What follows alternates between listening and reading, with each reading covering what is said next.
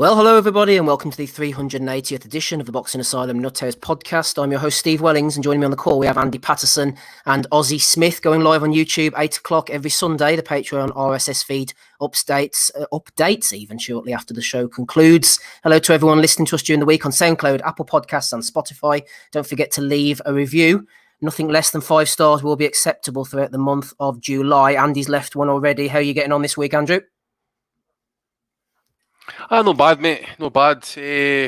Well, obviously we can get moving about now. I was going to go book a wee trip up north, as I mentioned a couple of weeks back, and that. But I was talking to a mate running about the Brora area, which is a little bit up the kind of northeast of Scotland, and he says, mate, didn't even bother coming up here. He says because it's like fucking chaos. It's like wall to wall caravans, caravanettes, cars with like the big boxes on top, bikes and fucking tents and stuff like that. He's like, forget about it. So I'm staying at him. I'm just staying at home. Yeah. Wise indeed. Staying at home like the boys listening to us on a Sunday evening. Let's have a look who's hanging about in the chat room. Jim McDonald's there, Tosh, Matthew Russell. Just flicking down, make sure I get everybody. It's hard when there's about 5,000 and counting swilling about there like fish in a tank. Colleen's in tonight. Welcome to you. Mark Boxio, Paul Raftery. A few of the usual faces. Take Ames, Eggy Phil. Who else have we got here? Then Adam Saunders is here as well. And also, welcome to you, Hello, Boxing Channel. How are you, Ozzy? Keeping well this week? Yeah, good, mate. Good. How are you? Yeah, I'm not too bad at all. What have you been watching? Any Boxio? No, I'd be lying if I even said I had, to be honest. Odd bits, like compilation videos, but nothing special. BT stuff starts this Friday.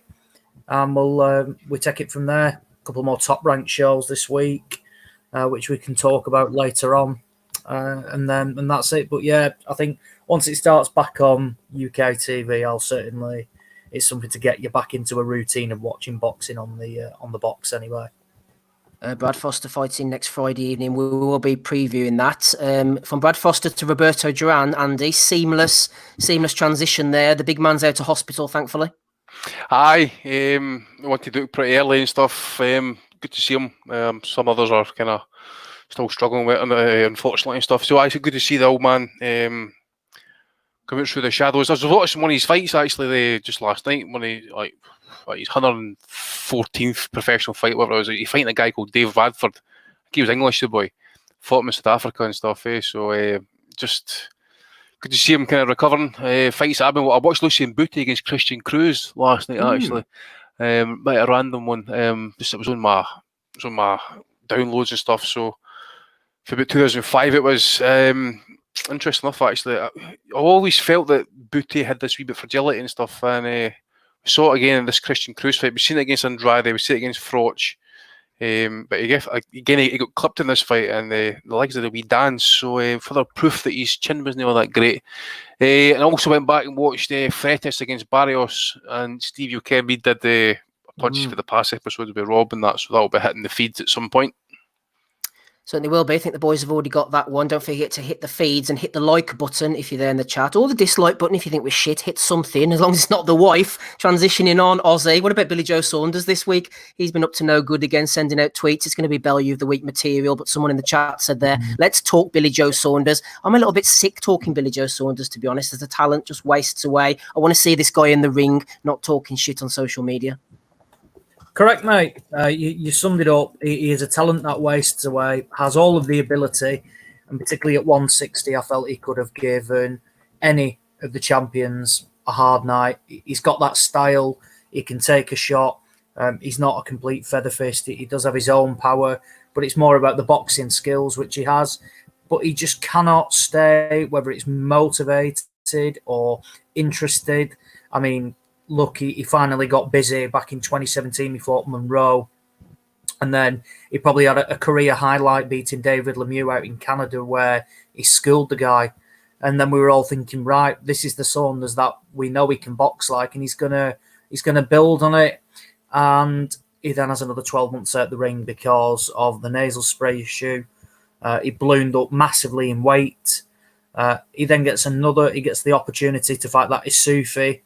And again, he wins that title. It's a 2-weight world champion, and it's probably completely irrelevant because his out the ring antics will always overtake what he does in the ring, and this is probably one of the UK's most brightest talents that we've got.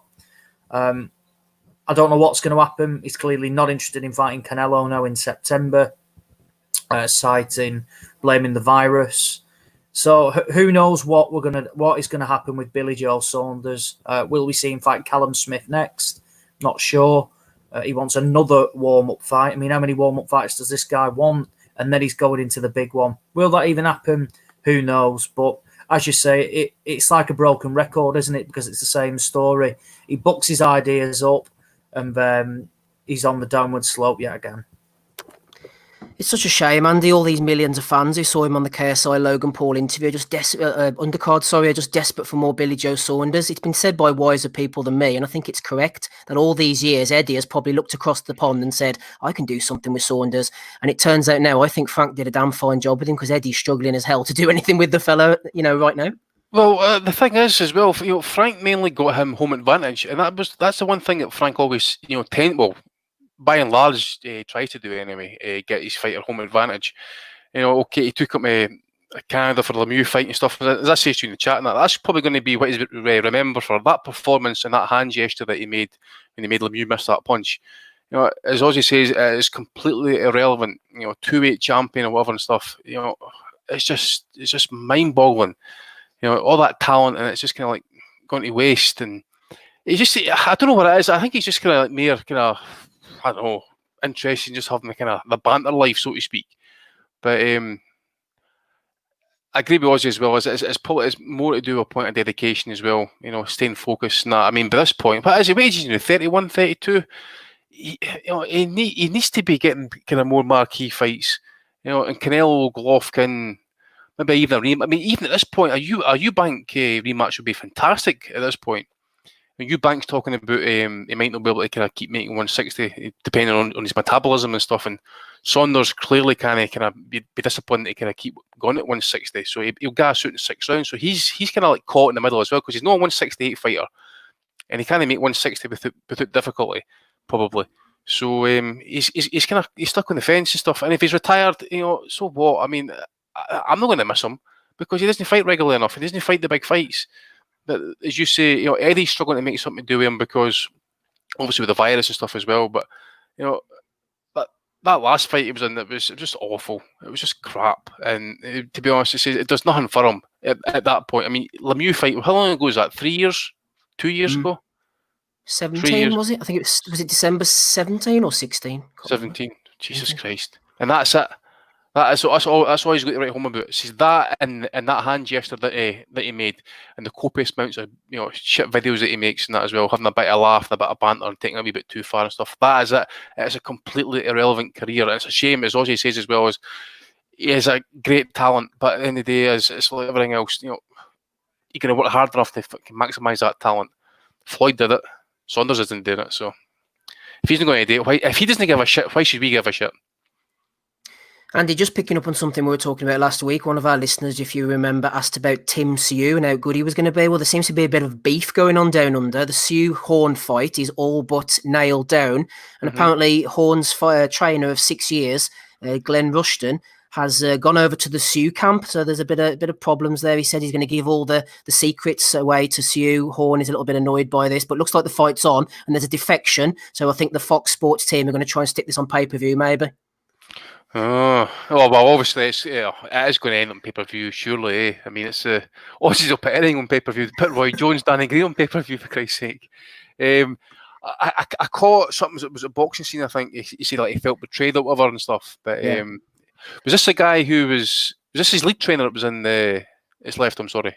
Yeah, Glenn Rushton, who was in the corner against Pacquiao, the guy who said the excuses about the bad trainers before the Crawford fight to that fella. Right, okay. It'll be interesting. Yeah, I will need to. I seen there was some stuff actually. I just pulled up a tweet here. He's actually got a video with I'm working with Tszyu on the mitts here, so I'm maybe going to have a wee look at these while we get our first guest on at some point.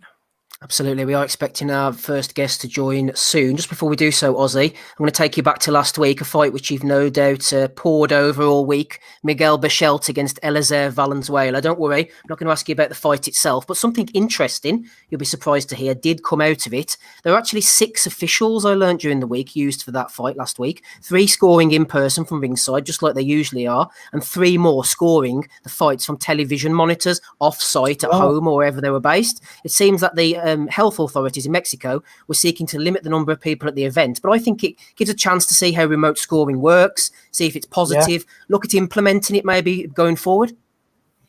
Yeah, definitely. I think anything that can improve, dodgy cards and things like that from ringside. I've always said personally, I would remove judges from ringside and I put them in like a soundproof booth or away from the ring where they get all the camera angles. They can see everything. And me personally, I think we'd see improved cards then. Because obviously you only have one view, if you're on one side of the ring, and you will see a fight differently naturally compared to a colleague on the opposite side. So I'm all for that. I would like to see the cards revealed. Look, they're pretty much nothing fights though. So, for the Berchelt one, so it doesn't. I don't expect anything, controversial, but it would be interesting to see if there's any difference, particularly on a closer one. I don't know what they're going to do in the UK. There's been no real mention of that, so I assume they're going to be ringside anyway. But anything to help improve judging and the scorecards, I'm all for. Absolutely good opportunity to see what's going on there. Before we move on to our next talking point of the evening, let's give a shout out to the first batch of Patreon subscribers, as we tend to do. Top level guys, Steve Turton, Swaggy Taggy, Martin, Joe Kennedy. I haven't seen Joe knocking about there just yet. Ted Barrett, Danny Young, James Bernard, Gav, David Doyle, Nathan Newman, Owen Spillane, Jasper, John Swan, Ryan Deal, Jason Cheel, and Daniel Adams. I've had a list sent in later on for the featherweights from Andy, which we'll be using. Also, one sent in from the mighty Jason Chukwu. We're not going to be using that, but shout out to Chukwu anyway. Chukwu's going old school, Andy, back to the 1800s with some of his names. Fucking aye. Jesus Christ. He's giving us like names of people who we've not even seen footage of actually. So incredible, which we'll get to. Absolutely. Let's welcome our first guest of the evening on the call. It is pro boxer Rachel Ball. How are you, Rachel? Hi, yeah, I'm good, thank you. Are you? Yeah, not too bad at all. Thanks for joining us. How are you getting on there after the lockdown starting to ease a little bit? Yeah, I'm all right, to be honest. I've still been working anyway, so just from home, so that's just been a bit different. But yeah, I've just been keeping myself busy, fitness-wise throughout lockdown. So it's paid off for me, really. Absolutely. Looking forward to the fight with Shannon Courtney. Just before we start talking about that, Rachel, tell us about your career as a world champion kickboxer, traveling the world in bits and pieces. So I probably started fighting when I was 17, I think. 17. Lost my first fight, kind of just lost my confidence after the first round. And I think that probably affected me for the first few fights when I was in kickboxing. And then started to actually believe in myself and started to succeed.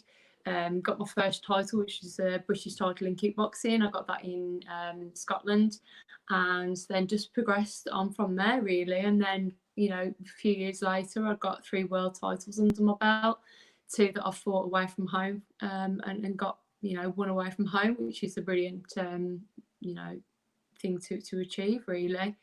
And then it was just, I wanted something to move on and do something a bit new. I tried K1 as well, had a few K1 fights, so that's knees and kicks below the waist but above the knee. But I felt that there was more of a future for me in pro boxing, really.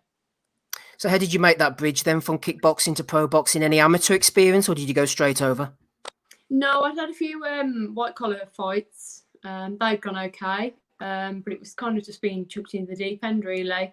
I kind of knew that if I really wanted to go far in the amateurs, I'd probably have to move and leave and probably be up north in Sheffield or something with where the GB camp is. And for me, I'd already got my life down here. I'd already got my mortgage and my other career that I do, my 9-to-5 job. So for me, I just didn't see it as being viable, really. And the pro style suits me a lot better. anyway, really. Absolutely. What about the inspirations boxing wise? We've got Katie Taylor as a standard bearer. We've had people like Jane Couch coming in the past, Layla Ali. Who do you look up to? Oh, well, obviously, Jane Couch, she's paved the way for British boxing, and I think every female fighter in the UK, should be grateful for her contribution to female boxing. I think every woman has got a part to play in the journey of female boxers. Characters like Pink Tyson, people like that. They all play a massive part in just drawing attention to women's boxing. But obviously, Katie Taylor, she's been a massive name for women's boxing, and she's done really well. Hopefully, she'll get a shot with Chantal Cameron. That's the fight that I really want to see. But there's, for me, when I look into boxing and other boxers, I don't specifically follow just one boxer in particular. I like to look at the different attributes and qualities of each of the boxers, and just enjoy their different qualities that they've got. But yeah, I think Chantal Cameron is great as well. She's come from a kickboxing background like me.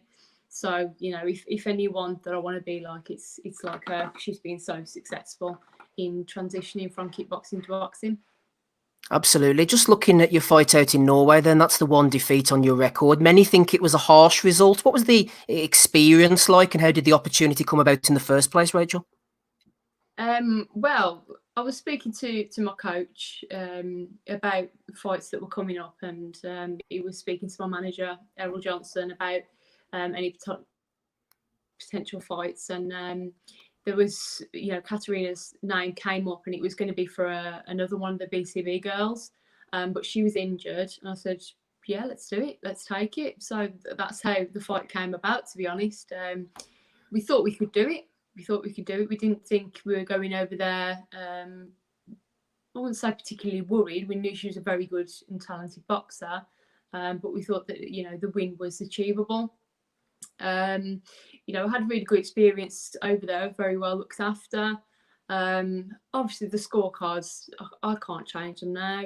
They are what they are. I think they were quite harsh.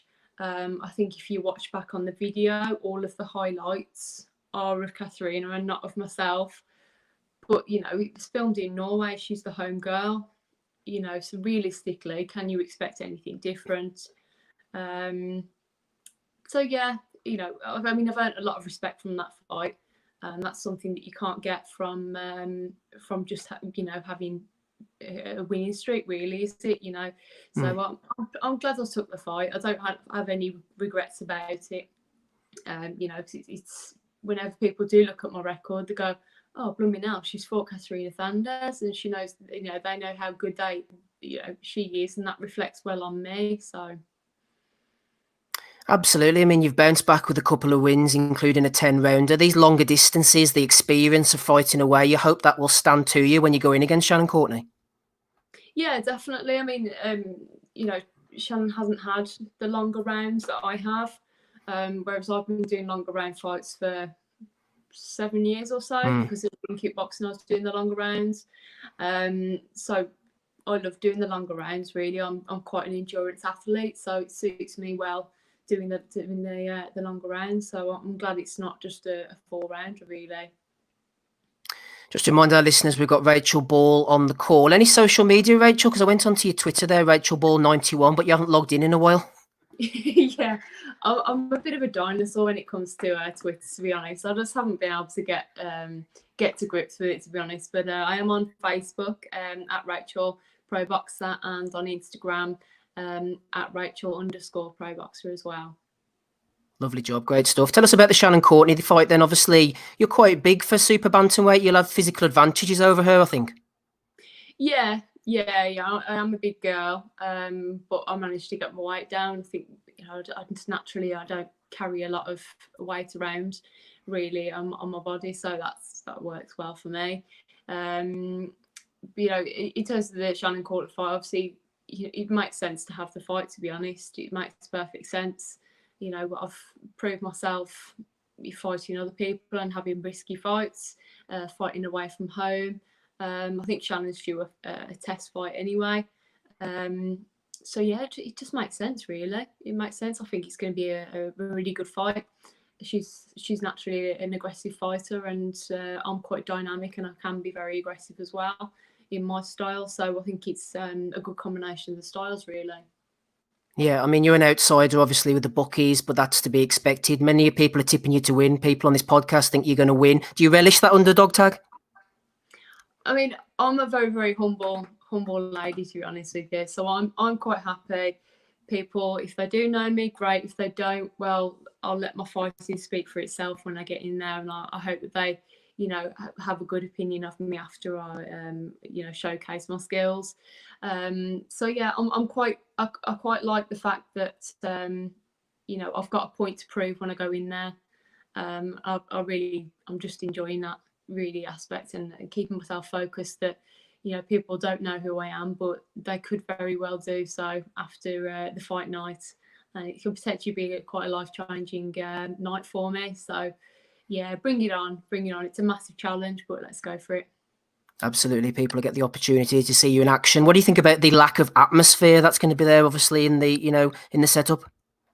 Well, to be honest, I think that's going to benefit me, really. I think if I was to walk into, you know, the ring with the audience that could have been there.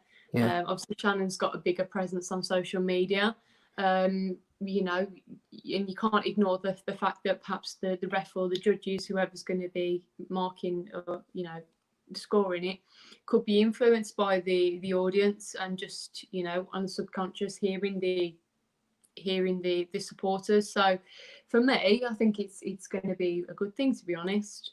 It'll probably just let me just concentrate and get on with it rather than being distracted from the support that she could have. Although my fans are very very vocal, but you know, as you can quite obviously see, I haven't got the following that she has on social media. Yeah, absolutely. A couple more questions for you, Rachel. We do thank you for joining us on this Sunday evening. Then, so obviously beating Shannon would change things greatly. But what are your general future plans for boxing? You know, what did you come in expecting to achieve? I want to, you know, be the best that I can be. I try not to compare myself to other people or, you know, other platforms, because I think that could hold you back if you just want to be the best in, you know, just your weight category. I just want to be the best that I can be as a sportswoman. So that's what I've always strived to be, and I strive to be the best that I can be in all aspects of my life. But yeah, so I forgot the question, you know, sorry. That's okay. I don't ask very good questions. We'll go on to the last one. We'll go on to the last one for you, Rachel. You mentioned you're 9 till 5. Obviously, you're working as a social worker. How's that been through the pandemic outside of boxing? Busy. Initially, it was right. We need to get everybody out of hospital.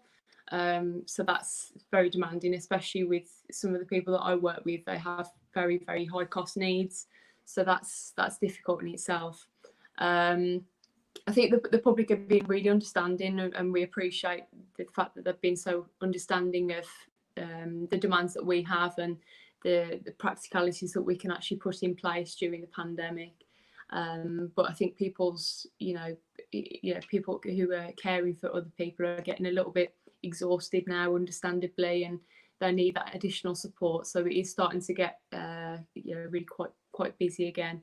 But it's always a challenging job, but I wouldn't have gone into it had I have not expected that, really. You've managed to get a good camp in. Who do you train with?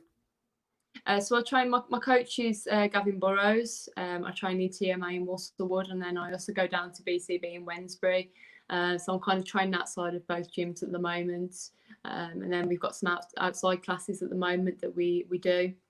So it's just nice. I'm switching it up a lot, really, between my home workouts, you know, between the gyms and doing things outside. So yeah, it's going good. It's going really good. Excellent stuff. Well, obviously, best of luck on the fight coming up. Remind us of those social media presences again, if you would. Yeah, so on Facebook, it's at Rachel Ball Pro Boxer, and on Instagram, it's at Rachel _Pro Boxer.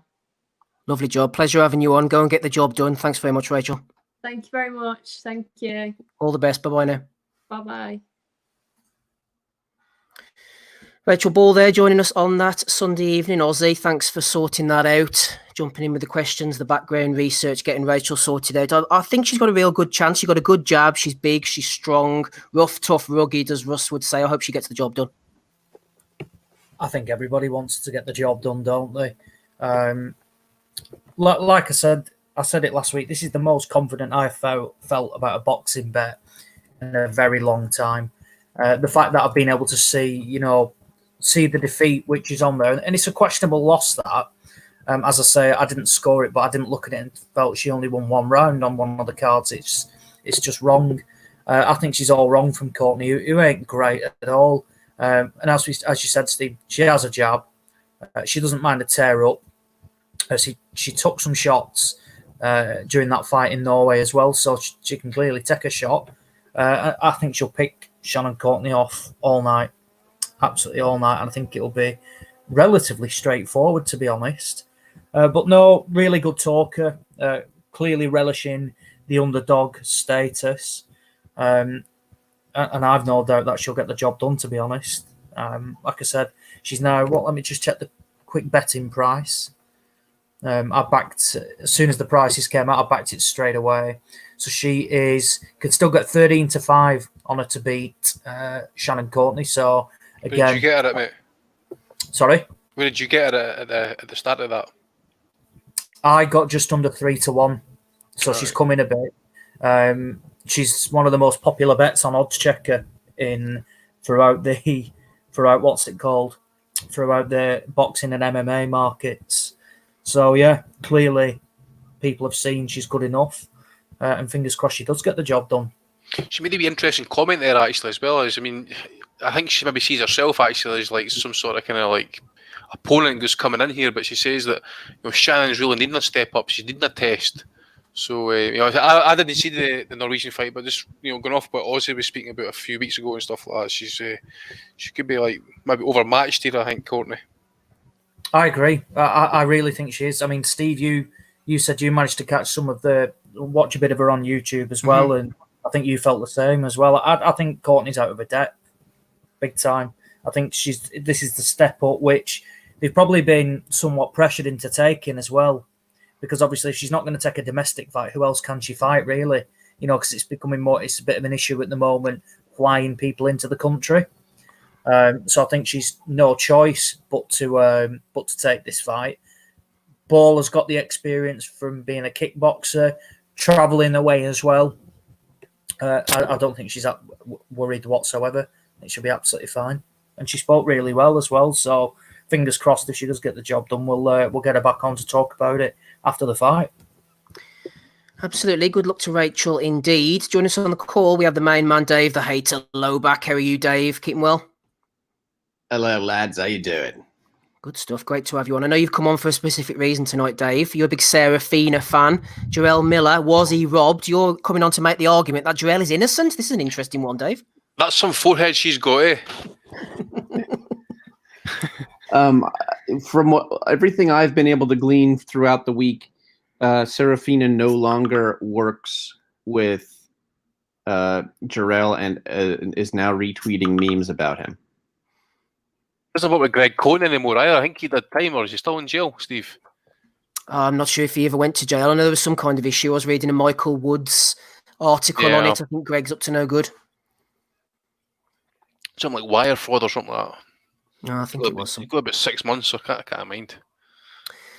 Thing is, Dave, Jarrell Miller's out the fight against Jerry Forrest. Carlos Takam, big heavyweight lump that he is, has jumped in. You like a bit of Carlos Takam? I think he's just keeping himself busy. If he can get Jerry Forrest out the way, they'll maybe chuck him in against somebody of a higher caliber. Yeah, I do like Takam. They're probably thinking, well, at least we'll make this guy's record look a little better before we throw him in there and against one of our names, because that's what Takam has been used for, fodder.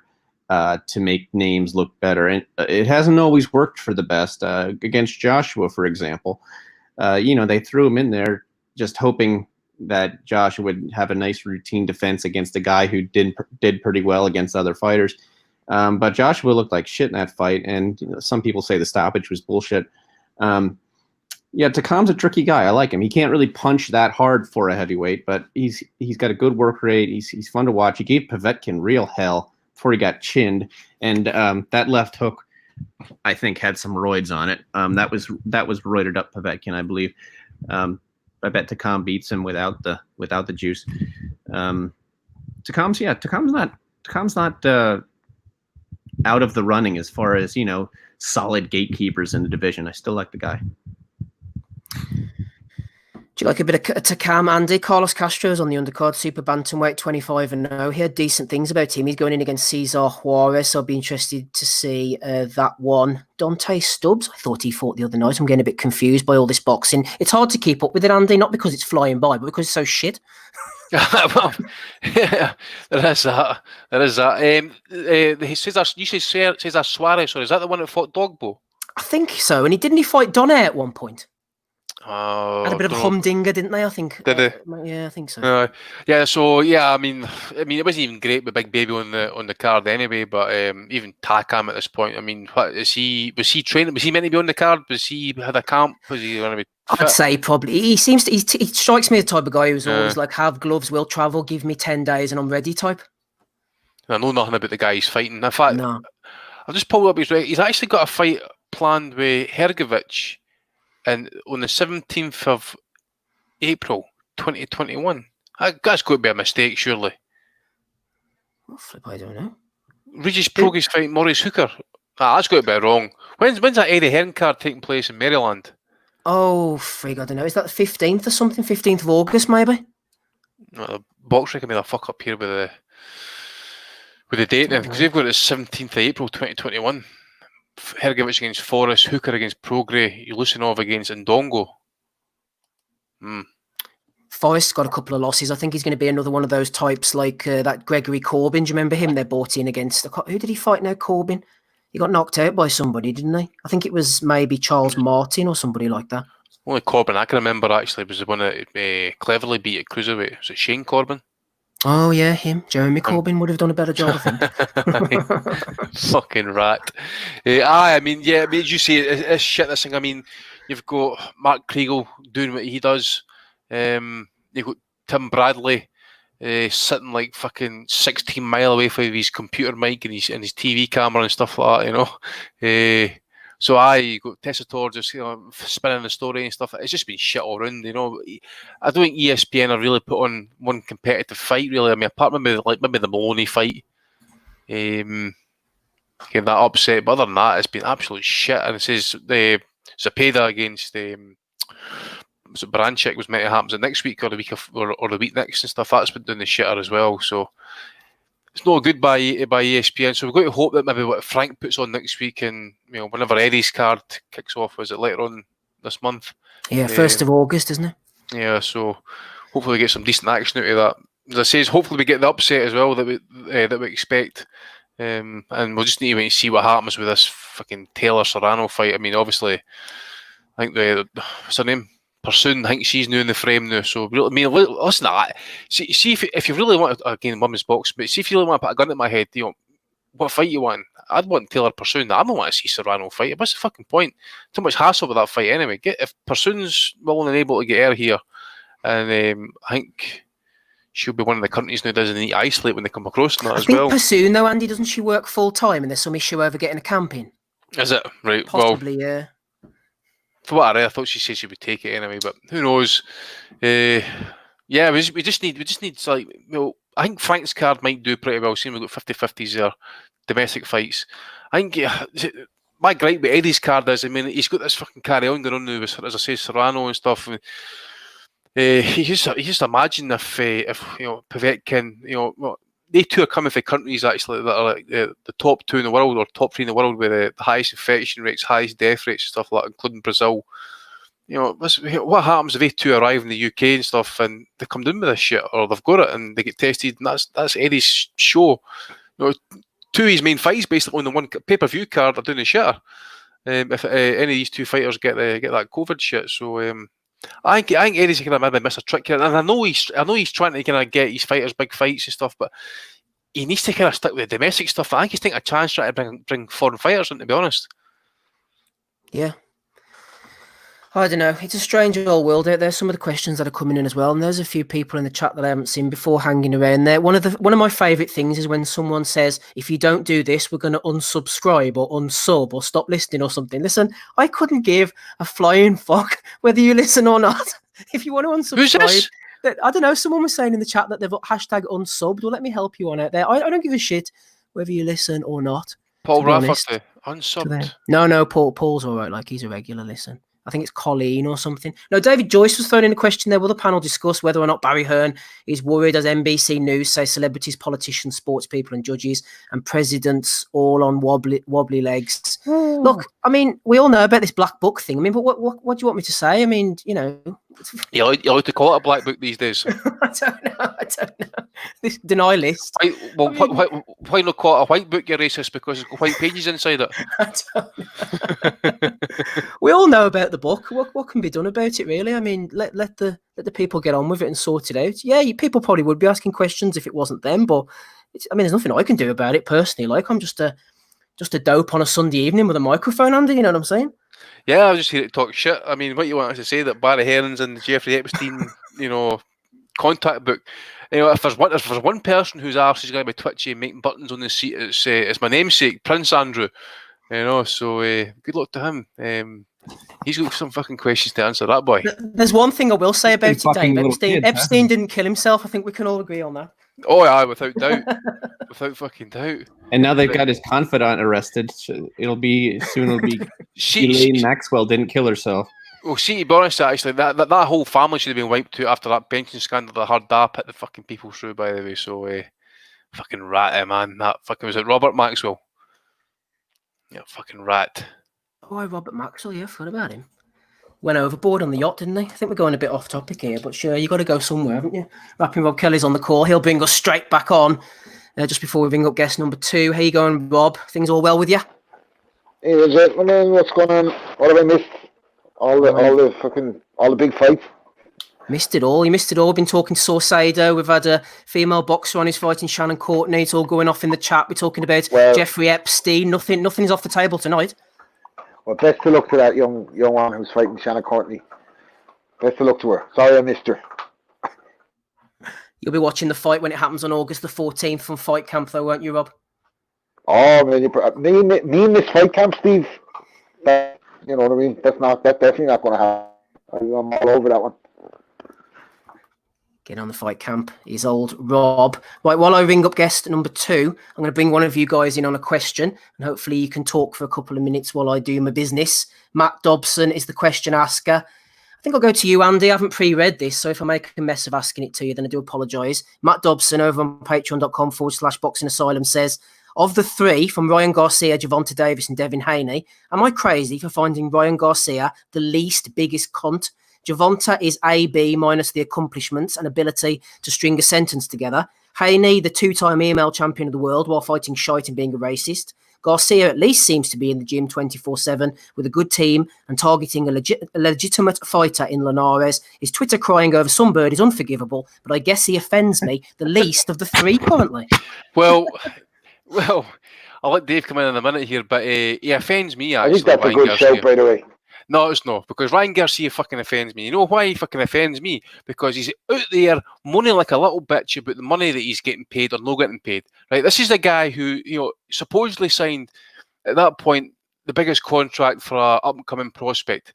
But what he forgets to tell people is that money was front-loaded. Right? So he's got all that money up front. Now he's fucking bitching now that he's not getting more money in the back end. So what's it to fucking be? Fight people, and then you get the big purses. Then you can go back and renegotiate a contract with Oscar. Right? You're out there fucking bitching. You've got Oscar, basically kind of saying, Ryan Garcia is off the card and stuff because you couldn't get the fight made and stuff. And next minute, you're tweeting your own promoter saying, "Dude, I thought you meant me my promoter, not a hater." What the fuck? He's just like a wee laddie, a wee immature kid. So until he gets it into his head, right? Then he'll just be like a complete. I think he should be a complete fuck up. To me, I think Davis destroys him. To be honest with you, if he could just take it seriously for a change and make weight and just stay in the fucking gym. Haney's a good fighter and that, but again, I want to see him tested. And Garcia, if he fights Linares, good and well. I'll give him big props and a big pat in the back if he beats Linares. Even at this point, he's still a legit test for any of these up-and-coming fighters. But at the minute, until he proves it to me, he's still a whiny little bitch who's picking needless fights with his fucking promoter, right? So, as I say, maybe it's the Canelo effect on it and stuff like that. And there's copious stories out there about fucking Oscar, man, in the background for other fighters and stuff. We all know this. So you just wonder as well as if he's maybe pissed Garcia off as well with his antics and stuff like that. Because I know he's got to Canelo a wee bit. You don't have to like him. Like I certainly don't like Garcia. I think he's annoying. You know, he doesn't necessarily seem like he's that serious about the sport, and he certainly he hasn't fought anyone too great yet either. But you don't also have to work that hard to be better than scumbag Gervonta and racist Devin Haney. So it's like a three-way tie. You could say it's a three-way tie, but I don't know. Garcia might be the least terrible. I think for me right now, Tank is the worst. Grabbing his woman and like by the neck and like bodily escorting her out, like, and also being a fat cunt, like looking like he has way too many milkshakes. So much talent there that could have been, and I don't know. He seems like a bust. Garcia still at least is more of a question mark, and Devin Haney's a little bit of a question mark too. I really don't like the racism and the gloating and the attitude, considering he's an email champion. Good man, Dave. Let's move on. No sign of our second guest just yet. I'll keep trying for you. Try and get him on if I can. Ozzy, next week then, Friday the 10th of July, BT Sports Studio over in Stratford. It sounds like it's fun there. Little bubble. Frank has got going. Brad Foster defending Commonwealth and British Super Bantamweight titles against James Beach Jr., son of Jimmy Beach, former Walsall journeyman. Rachel Ball from Walsall as well. Walsall represent here. Will Beach be able to have a good go at Foster? I think it's a shame, actually, that this fight didn't take place whenever there was crowds, because Foster's from Lichfield, always brings a good crowd. Beach is from Walsall. You could imagine them sticking in, say, I don't know, somewhere in Birmingham or the Civic Hall in Wolverhampton. They would have, had a right good go at each other. Yeah. No, that's true. But at the same time, I applaud him for still making it, because it's one they could have forgotten about and think, we'll save that for when crowds are back. However, though, this is a good fight. 12-0-2 against a 12-0. Brad Foster coming off probably a career best win against Lucian Reed, which was on BT and ITV. Beach Jr., I think he's operated around Midland area level, won that. Not sure if he's had any like English eliminators or anything, so big step up for him. But it's a great opportunity. It's at the BT studios. It has actually been used for boxing before. So do you remember Francis Warren did that? Was it not Ultimate Boxer? It was something else. Nick Quigley fought in it. And they did the clock, and if they ran the clock down, you got money if you got a stoppage and stuff like that. Oh, that, yeah. Do you remember? It was about 3 years ago. So it has been used before, so that's quite promising from a perspective that, look, they know it works in there. Obviously, there'll be no crowd. But it's just good to have something back that is more than watchable. Like we spoke about some of the top-ranked cards, which aren't great. Hamza Shiraz is on the undercard against Paul Keane from Scotland. Shiraz should win, to be honest.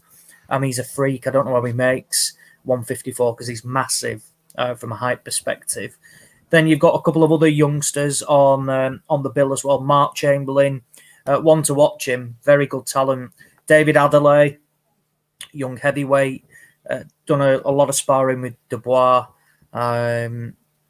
real top prospect. And there's another guy on the undercard as well. It is Daniel Dubois, one of his sparring partners. I can't remember his name, but he trains out of the Peacock as well. So it's going to be interesting to see. I know that there is an announcement coming next week from Frank's team regarding the other two shows that they've got, Lerone Richards and Anthony Kakachi, those two shows with numerous fights on the undercard. One that's going to happen is Lyndon Arthur against Dex Spellman. I'm not sure on the exact date. I think it's going to be at the end of July, that. So that's a good fight. That's really good. Other ones are going to be revealed as well. Just waiting just to see if I can get wind of those on those. So going to be interesting. It'd be good for him to get those undercards confirmed. And yeah, boxing's back on Friday. I'll definitely be tuning in. Yeah, I'll be tuning in as well, actually. Anyone tuning in next week for episode 381? We're going to be going all US of A on your ass. I'm away next week. Can't make it, unfortunately. One of the glorious Yanks will be taking charge of the red hot hosting seat. Who knows, Dave? Could be you, the official voice of American boxing. Any confirmation? I wasn't aware of this. I'll try to come on, but as you guys know, I do work on Sundays now, so it's been difficult. I miss all the banter, and I miss our listeners and all the bullshit. So I'm glad when I can come back on. Hopefully things will get back to normal. Well, not normal, but hopefully my schedule will shift and I can be a regular again. Maybe in a couple weeks, months, who knows. Yeah, Dave squirming on the hook there. It's not him. It might be Donny Baseball coming back, maybe Matty Digialinardo. Who knows who could be taking up the microphone. This is episode 380, though. Dave is with us, Ozzy, Andy, rapping Rob Kelly, alongside me, Steve. Shout out to our guys on Patreon. List number 2, Emmett O'Keefe joined us this week. Welcome to you, Emmett. Zeconomics, James Monaghan, Marty G, Marco Barrera, Ant, James Addy, Joe Ringer, Marvelous Mendo, Nathan Shaw, John Kearns, Dom McNamara. Haven't seen Don knocking around yet. Hope you're well, Dom. Craig Jevons, George Barry, Jeff Conway, and Graham Taylor. All right, let's wing it a little bit. I've had something stored up the last few weeks, so we'll get onto that while we're waiting for guest number 2. Fights that never came to fruition. I was writing a list a couple of weeks ago, Andy. Fights that never came to fruition, the ones that got away, and quite a few of them came up. Obviously, there's the obvious ones, which we'll get to shortly. So Lennox Lewis against Riddick Bowe. That's one of our favourites, isn't it? Never happened. Mm-hmm. Everyone points to the fact that Riddick Bowe threw the WBC belt in the dustbin or the trash, as the Yanks would say. I'm a big Riddick Bowe fan, so maybe I'm looking at this through rose-tinted spectacles. I think Rock Newman had a lot to do with this, and I don't think Bowe would have ducked Lewis. He was maybe given bad advice, and his peak came and went very, very quickly. Any thoughts of your own on the Lewis Bowe thing? I mean, the belt in the bin was not a good look. I agree with that. I don't know if it was just like if he was willing to face him or not. As you say, though, I think Rock Newman was picking a kind of lesser path of resistance for him, to be honest with Lewis. I think at that point it was dangerous, but still at the same point it was like, who needs him really? Really at that point. So who the one? I would. I'm going to say Lewis with the one. I think that maybe Bowe's conditioning might have been a problem. I just think Lewis at that point would have been hungry enough. Other ones that I'd probably say would that slipped away would be Mayweather against Williams, Hatton against Cotto. I would like to have seen a return by Pacquiao Marquez after the knockout. Actually, believe it or not, just to give Pacquiao that chance. But what about you? Talking about Bowe, mate? What about Mike Tyson against Riddick Bowe? Well, Tyson Bowe was another one. Another couple I had on the list, Andy, was Tyson against Tszyu and Tyson against Big George Foreman as well. They're all sort of knocking around that time, weren't they? Aye. Remember Leonard against Pryor? Pryor always maintained that Leonard ducked him and stuff, but I think it might more to do with the kind of I think it was an eye injury or something at the time. Mike McCallum against Tommy Hearns. Yeah. I think they two were, chances that fight were quite slim, but there's another one that maybe never got made. What about you mentioned Foreman? What about Big Ernie Shavers against Foreman? Can you imagine that one? Yeah. There's this is a rumored quote by Foreman. Ernie, I've been ducking you, and I'm gonna keep on ducking you, because he felt that Shaver's punching power and the specific style would be bad for his style. Well, what about James Toney? You could pick against Eubank and Ben. Remember Tony always called him at that time on the Jonathan Ross show. The TV show, yeah. Before the rematch, and he basically called him. All UK fighters are bums. Yeah, because Eubank he insulted my mother.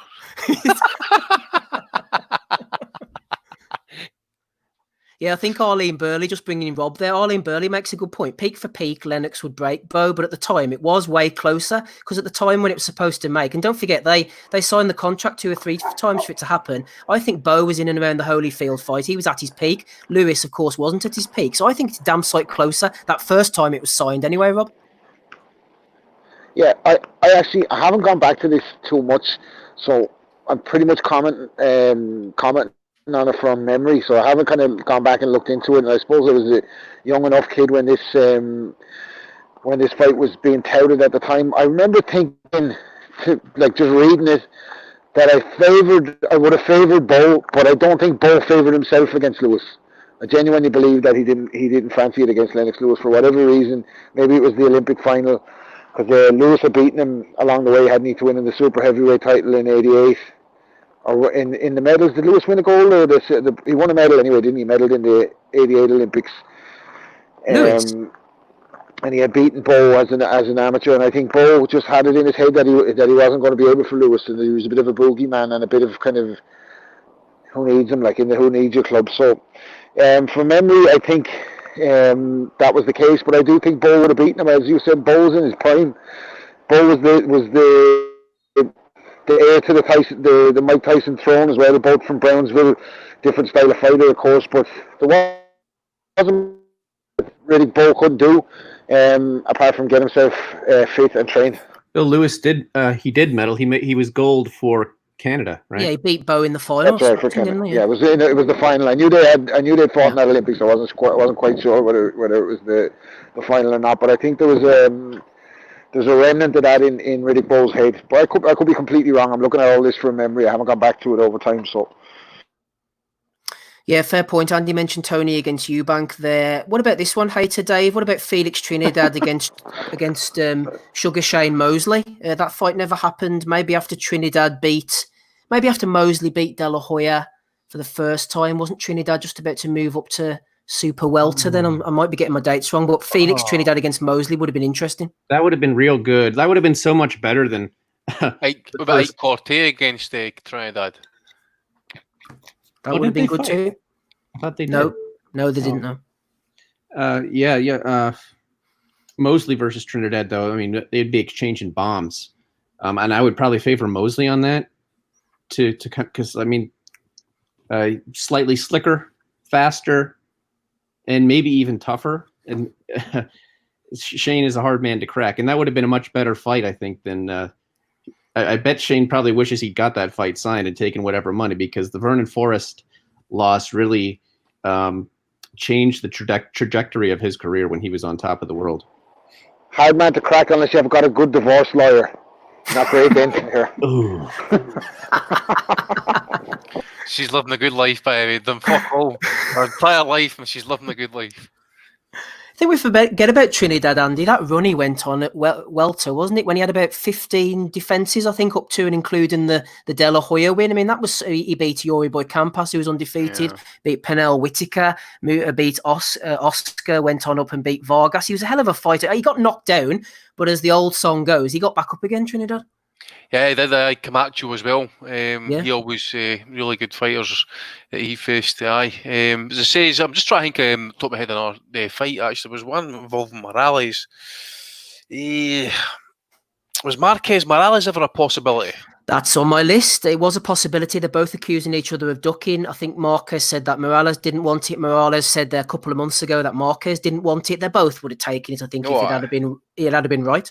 Yeah, I mean, come on. I mean, if obviously, I mean, the fighters at the end of the day, and that, I mean, you guys didn't duck anybody. I mean, Christ, they're fucking proven.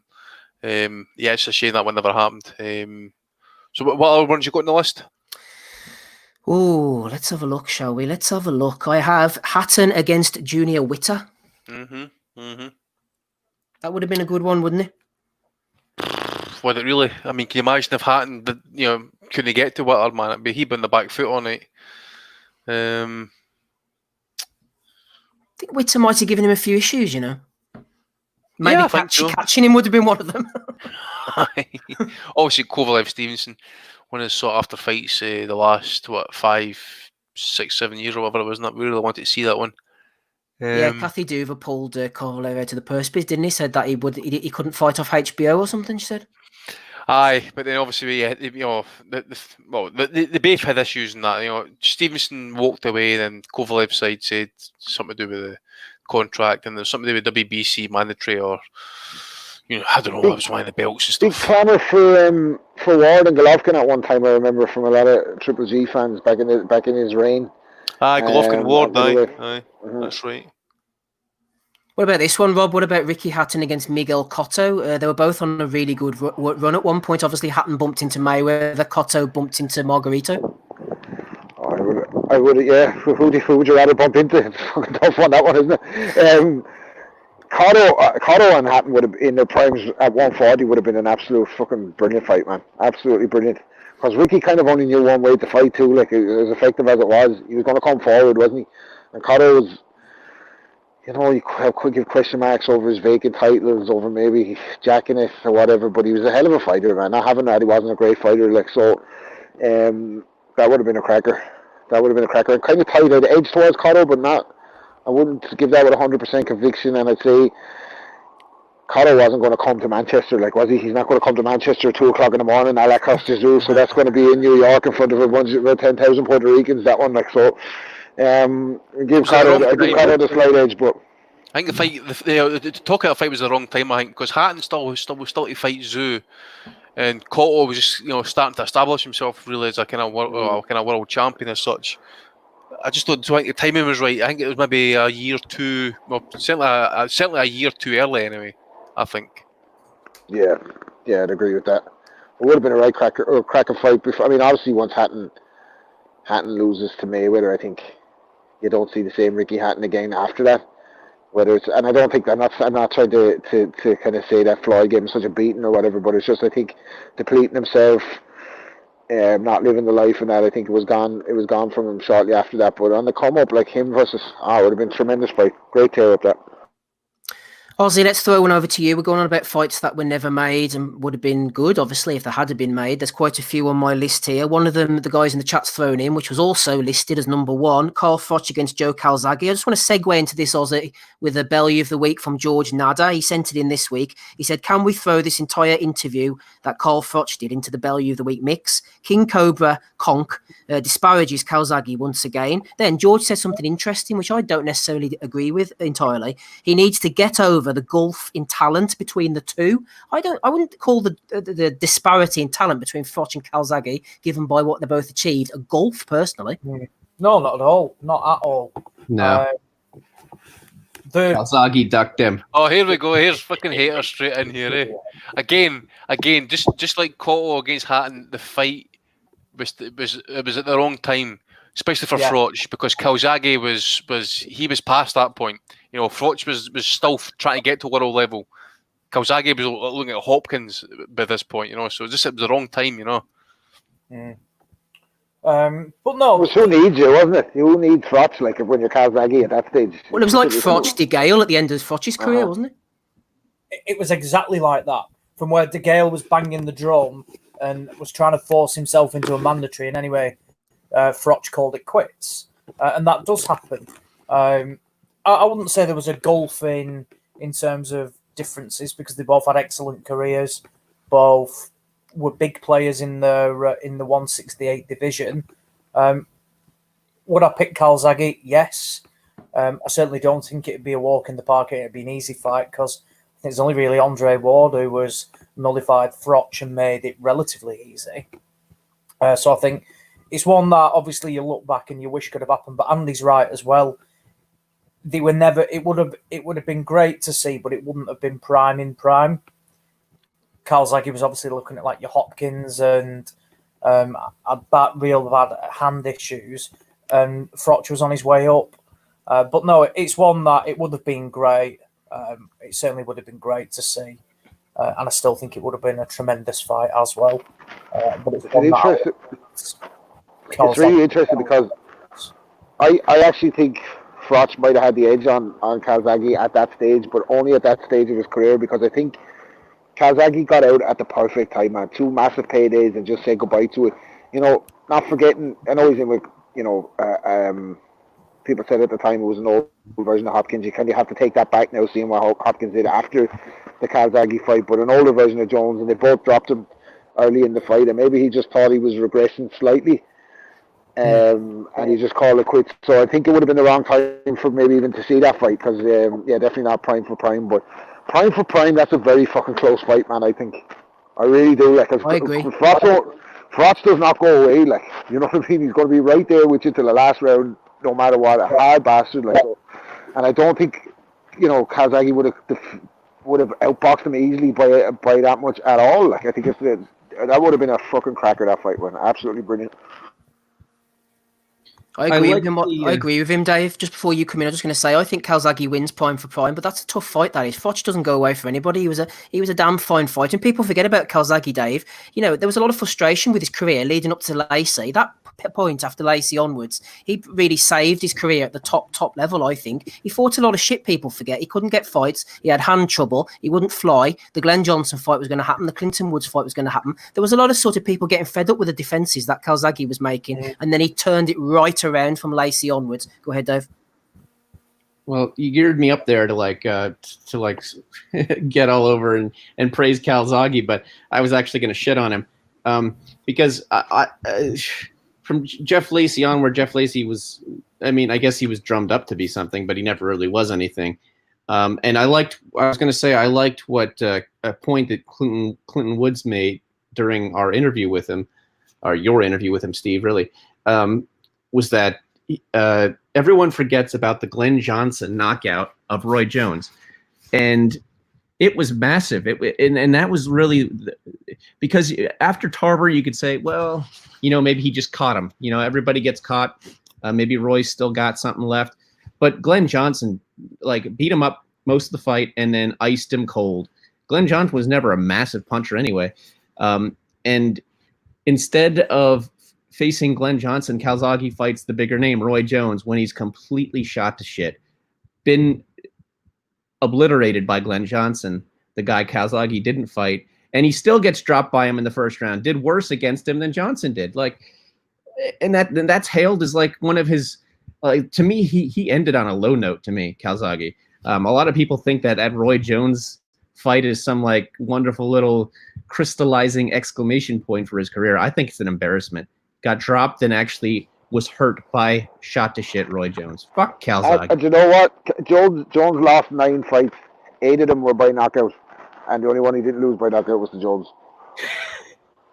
Or to Calzaghe, because he can't punch. Yeah, but at that point in his career, though, his hands were absolute brittle and shot the shit. I only threw that one out there for you, dude, because I knew you were coming. Well, you got to be truthful about it, though, because because how many fights did he fight with broken hands and stuff? Remember you talk about Robin Reed fight. That was a cracker fight, very close fight. I thought Robin Reed beat him. Well, possibly. Yeah, he did that. To me, I thought Calzaghe won.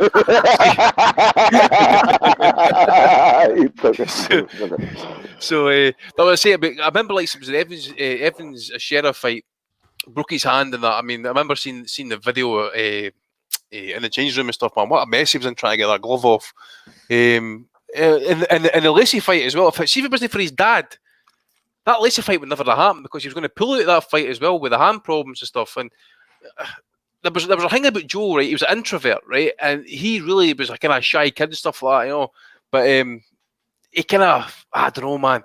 But the hand issues, the fucking carpal problems, they were legit. It actually changed your style up, because that guy used to smash people out. He used to come out there and actually kind of look to take you out. But gradually, over time, the hands were fucking causing major issues and stuff. He had to change his style up. That's what you call him. You call him Slappy, for example. Everybody even said he was Slappy Joe. But that's what he had to do. Yeah. That's what he had to do to try and survive. And Michael Kessler says as well as I just couldn't hit him. The second half of that fight, I couldn't get near him. Just the shift in tactics and stuff. So people kind of underestimate me a bit as well as work rate. His chin was good, actually. It wasn't great, but he could get dropped. But if he got dropped, that's when he kind of came back fighting, eh? B-Hop does give him a lot of credit post-fight. If you listen to him nowadays, I know whatever happened pre-fight and all that, but he talks about fighting Calzaghe, saying that the punches were just stinging. They weren't they were hurting or whatever, but there's so many of them and they keep coming that there's stinging punches, like someone stinging you with shots as you're coming in. It's enough to keep you off him, I guess. So no, he was a good fighter. I suppose we got off on a tangent, but that him versus Froch, prime for prime, not as straightforward. Most people think Calzaghe, but not as straightforward, I don't think. No, I agree. I think Rob summed it up perfectly, Andy. Calzaghe was an excellent fighter. He made the best of his attributes. He was super fit. He was fast. He could adapt. He showed against Kessler. He fought a lot of shit. He fought a lot of great fighters as well. But you can't. I don't believe anybody. It's only my opinion. I'm not saying I'm right or wrong. People who say that he would have schooled Carl Froch. Froch would not have been schooled, I don't believe, by Calzaghe. Froch is a better fighter. That's not giving him enough credit, in my opinion. Well, I think Calzaghe with a beaten wide on points, actually, to be honest with you. Because I just see him kind of like adapting through the course of the fight. And if Froch is going to attack him down the middle, Calzaghe is just going to, like, say, throw 3-4 punch combinations and spin off him. And he's wide open for shots and that as well. As I think, especially being a southpaw as well, I think he would have fucking Froch when they get that jab home. He'd have problems trying to get the jab home. So I could just see Calzaghe kind of outwork him and stuff. I wouldn't say I would say Froch would definitely have his moments and stuff, but it would be the battle of who loves themselves the most. Is it Kiss the Muscles Calzaghe or is it Carl Froch? Who had the best bird though? Her Strictly Come Dancing. That's or a split Rachel. decision as well. I think that's a very close one. I don't know, like that Scouse I'd like accent. to see a rematch.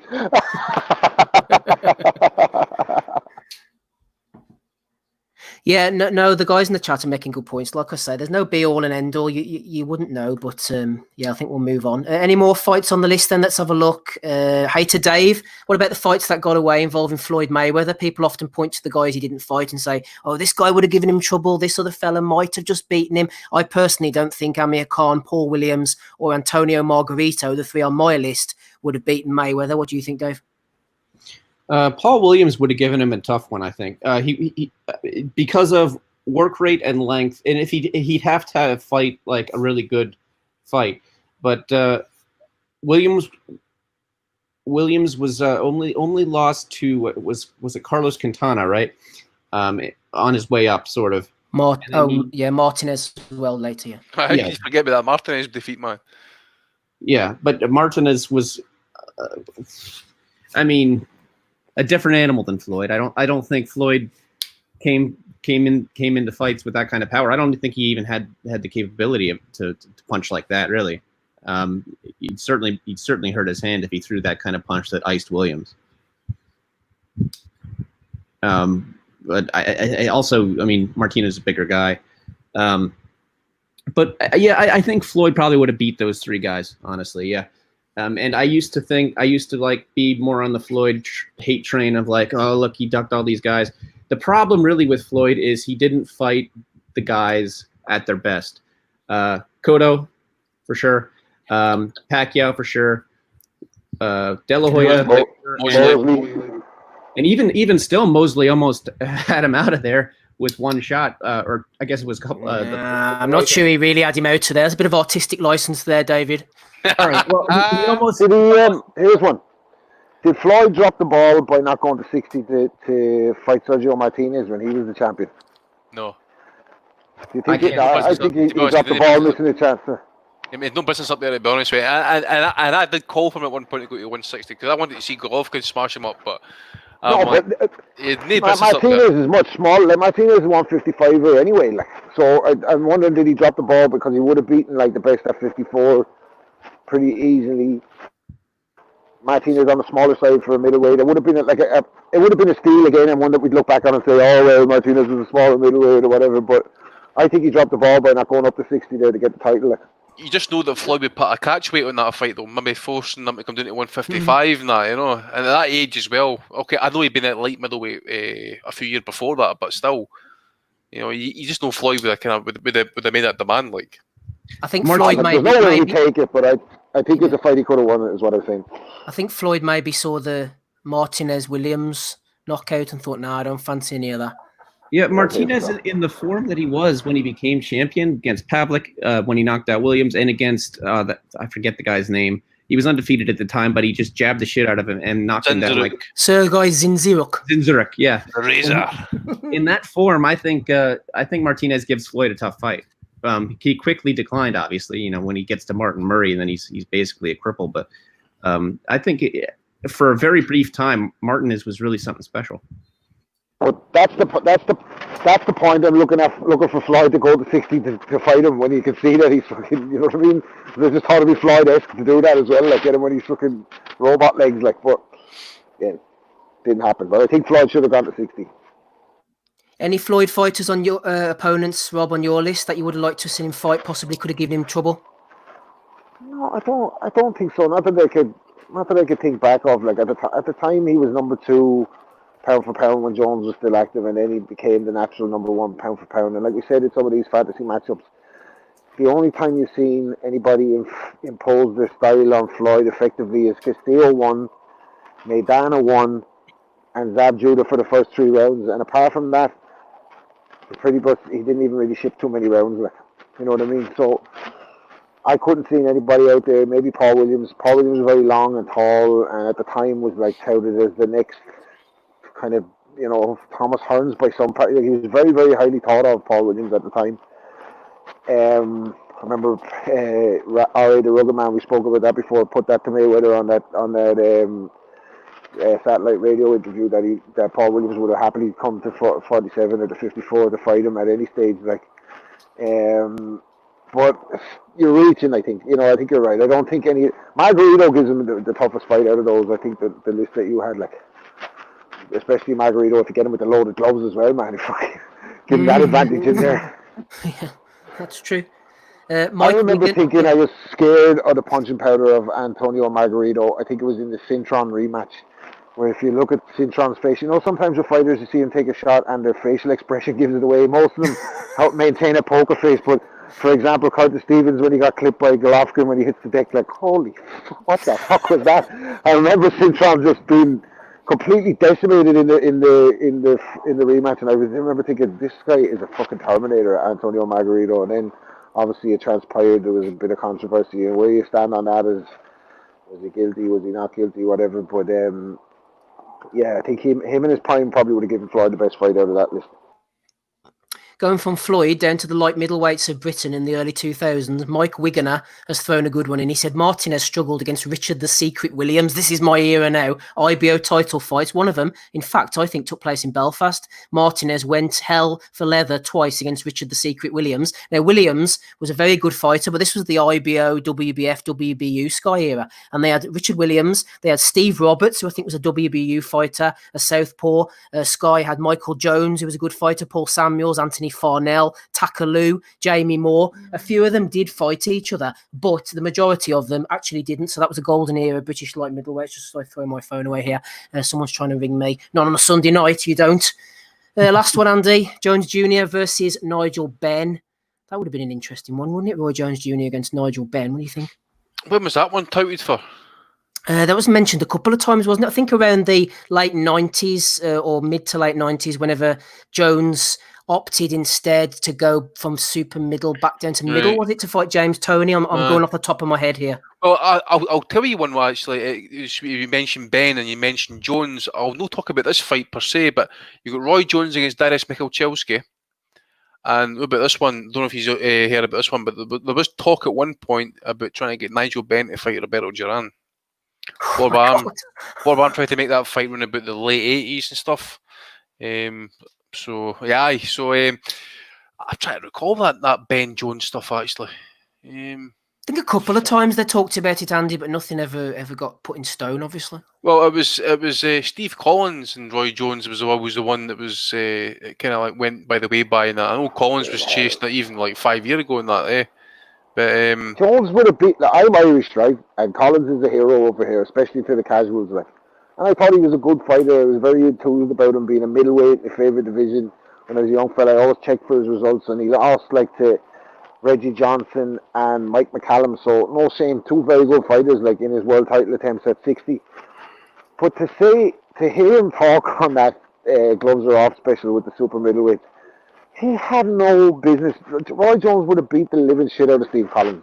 would have stopped him after about 6 rounds. No fucking, and that's not a slight on Steve Collins, but he wasn't good enough to beat prime era Roy Jones. He was talking about he had a plan. He wanted a plan to bring 2 of them. Maybe bring Pascal Collins in with him as well, because he wouldn't have fucking beat Roy Jones. Like, absolutely no chance. Shout out to Pascal Collins. Always like a Pascal Collins mention. Ozzy, you've thrown in a good one. I think, talking of gloves are off, these guys got round the table at one point, didn't they? Matthew Macklin, Darren Barker and Andy Lee. It's a shame we didn't Murray see as well. Martin Murray as well. Any of those variations, Ozzy, coming to pass? Yeah, it was one of them again. Always talked about and just never materialised for whatever reason. Well, I think Macklin made an offer to fight Andy Lee, but it was the first fight that Lee had with Booth. Yeah. And Andy knocked it back because he was like, he didn't want to give Macklin an advantage in that, because he had a first fight with New Trader and needed some time to bed in, but you could tell they didn't like each other. Andy actually said it to him on the that gloves are off special, if you remember back. He's like, look, it's personal between me and you, and I don't like you and you don't like me, so we will get it on down the line. So Macklin was finished, unfortunately, by the time Andy won his world title, and it's a big fight they never had. Another fight that almost happened and was signed, but John Duddy retired beforehand. Against Andy Lee, yeah, that's right. He said the fire just wasn't burning anymore, Rob. That's right, yeah. Yeah, you got to admire John Duddy for that, because he had kind of what the other Irish fighters didn't have in terms of Andy and Matthew, because I was obviously around Andy in his early career. He wasn't like that well known here, and he wasn't that well known in the States. They were building him for the HBO road when the Brian Vera loss happened. So, but Duddy was packing out the garden, taking a piss, basically fighting fucking bricklayers. Like, he had a massive Irish American following in there. In New York, came from Derry, like really did the rounds over there and did what you're supposed to do, go shake hands, kiss the babies and get the Irish to come out for you. Like, so he was the one with the big fan base, so it would have been a great fight for Andy at the time, because I remember the guys from the Conch saying like the difference in the levels between him and John Duddy is, even at the time when he was fighting the likes of Kieran Healy, they were saying like the difference in talent levels is just massive. Like, and what he'd do to John Duddy wouldn't be fair, because he was one dimensional, but you got to give him a lot of credit for knowing himself when it's the right time to pull out. Like, if you're going, as the guru says, you don't play boxing. Like, so if you're going to the gym and your heart's not in it, what's going to happen under the lights? So a bit of admiration for Duddy, although I would have loved to see that fight. I have a lot of admiration for him for calling quits on it when he knew the time was up. I agree with that. I was going to say the same thing, actually. Anybody else want to jump in? It's funny that you mentioned this quartet. Well, Andy Lee aside, he always felt to me to be a little bit separate from the other 3, Macklin, Barker, and Murray, just because we watched him operate, I think, successfully at 154 at times. But it's funny, those 3 didn't fight each other, Macklin, Barker, or Murray, but they all fought Felix Sturm to varying degrees of success. Macklin was robbed against Sturm as well. I remember that. He definitely was, yeah. Completely. Can I just put my hand up and be awkward and say that I had Sturm winning that fight by a point? Joe Gallagher took that L. Yeah, I have to have a look at those cards. I don't know if I can over that. Like, Murray got robbed against Sturm as well, didn't he? I thought that was close now, to be honest. It's hard to beat those guys, Sturm, Otka, Marcus Bio, wasn't it? Yeah. And then who's the other one? Barker had his moment. Yeah, Barker, I think, overachieved out of that quartet. Like, I would agree. He didn't overachieve against Sturm, though, did he? He wasn't robbed. No. He wasn't. He fell apart in the ring. But I think he overachieved. I think he was kind of European level and had his world night moment. Like, against Gale. I love that moment. I wasn't a Barker fan, but I loved it when he beat Gale. I don't know why. I like him. He was a good guy. He seemed like a good guy. Didn't he get attacked or something as well on the street and kind of fought his way out of it and stuff? Get injured, something like that happened to him, didn't it? Barker. Yeah, he did. He got jumped outside of a fucking nightclub or something. Had to fight his way. He got badly injured, but he stood his ground against a bunch of lads. Like, so I always liked him. He was Repton as well. 2 of them were from Repton, actually. So yeah, it's pity they didn't fight each other. I would love to see Macklin Lee as well. I think there was a real bit of spite in that one. Like, that would have been a good fight. Like, 2 of them cut the bits as well. Like, would have been a classic fight between 2 Irish fighters. Like, fucking 2 of them bleed all over the place. Absolutely. Final word to you, Ozzy, before we move on to the featherweights. Nothing else on the fall. I think the obvious one you'd have a chuck in at the moment is the Khan Brook scenario, which as always has rambled on. I don't think we'll ever see that. So if we were to ask the question again in a couple of years' time, there's no doubt that we'll probably look back on that. And again, from where it could have easily happened in relatively prime for prime, one certainly wasn't over the hill and one was coming through. But that's one you'll always look back on and think, I wish that could have happened, and why didn't it happen? Yeah. If it happens now, who the fuck would want to see it? Like, if it happened even last year, like, Khan should be retired, as Andy said loads of times on the pod, he should be retired. And Brook has been so inactive for the last 4 years, and all we've seen him is fighting fucking nobodies, and in the 2 times he's stepped up, he's got trashed. Like, so, I don't know, like, I think Brook fucked it up on himself at one stage with the money, but it gave Khan the excuse not to fight him, because I always said I thought Khan could accept losing to anybody, but he couldn't have losing to Brook for whatever reason. Like, I think he felt like Brook had his number. That's just my personal opinion. What the fuck do I go? I think you're right there, Rob. I think he'll accept getting beat off anyone, but the Brook one had hurt. I think he'd rather get brutally knocked out than get beat off Kell Brook in a close fight. Yeah, the boys mentioned in the chat there, which is something I neglected to mention. Obviously, Barker's brother dying as well made it all the more poignant the night that he beat Gil. But yeah, the fact that we mentioned it before, getting off on that body shot was just amazing. Let's move on then, shall we? Episode 380, Boxing Asylum Nuthouse podcast. Rapping Rob Kelly's here with us. So is Dave the Hater, Lowback, Andy, Ozzy, me, Steve. Shout out to our final list of Patreon subscribers before we move on to the featherweights, move on to the belly of the weeks, and get the hell out of here for another evening. Kevin Crawford's with us, Matthew Reynolds, Daniel Wilson, Saul Brocklehurst, Gary Lockwood, Daniel, Davy Man 100, Jamie, Mike Wrigley, Holt, Holly Lewis, Red West, Jamie D, Gordon, Sean Nomas Vidal, Ian Pirry, Joshua Williams, one of the newbies, Slip Digby, and Richard Lodder. Patreon.com/Boxing Asylum if you want to get your name read out.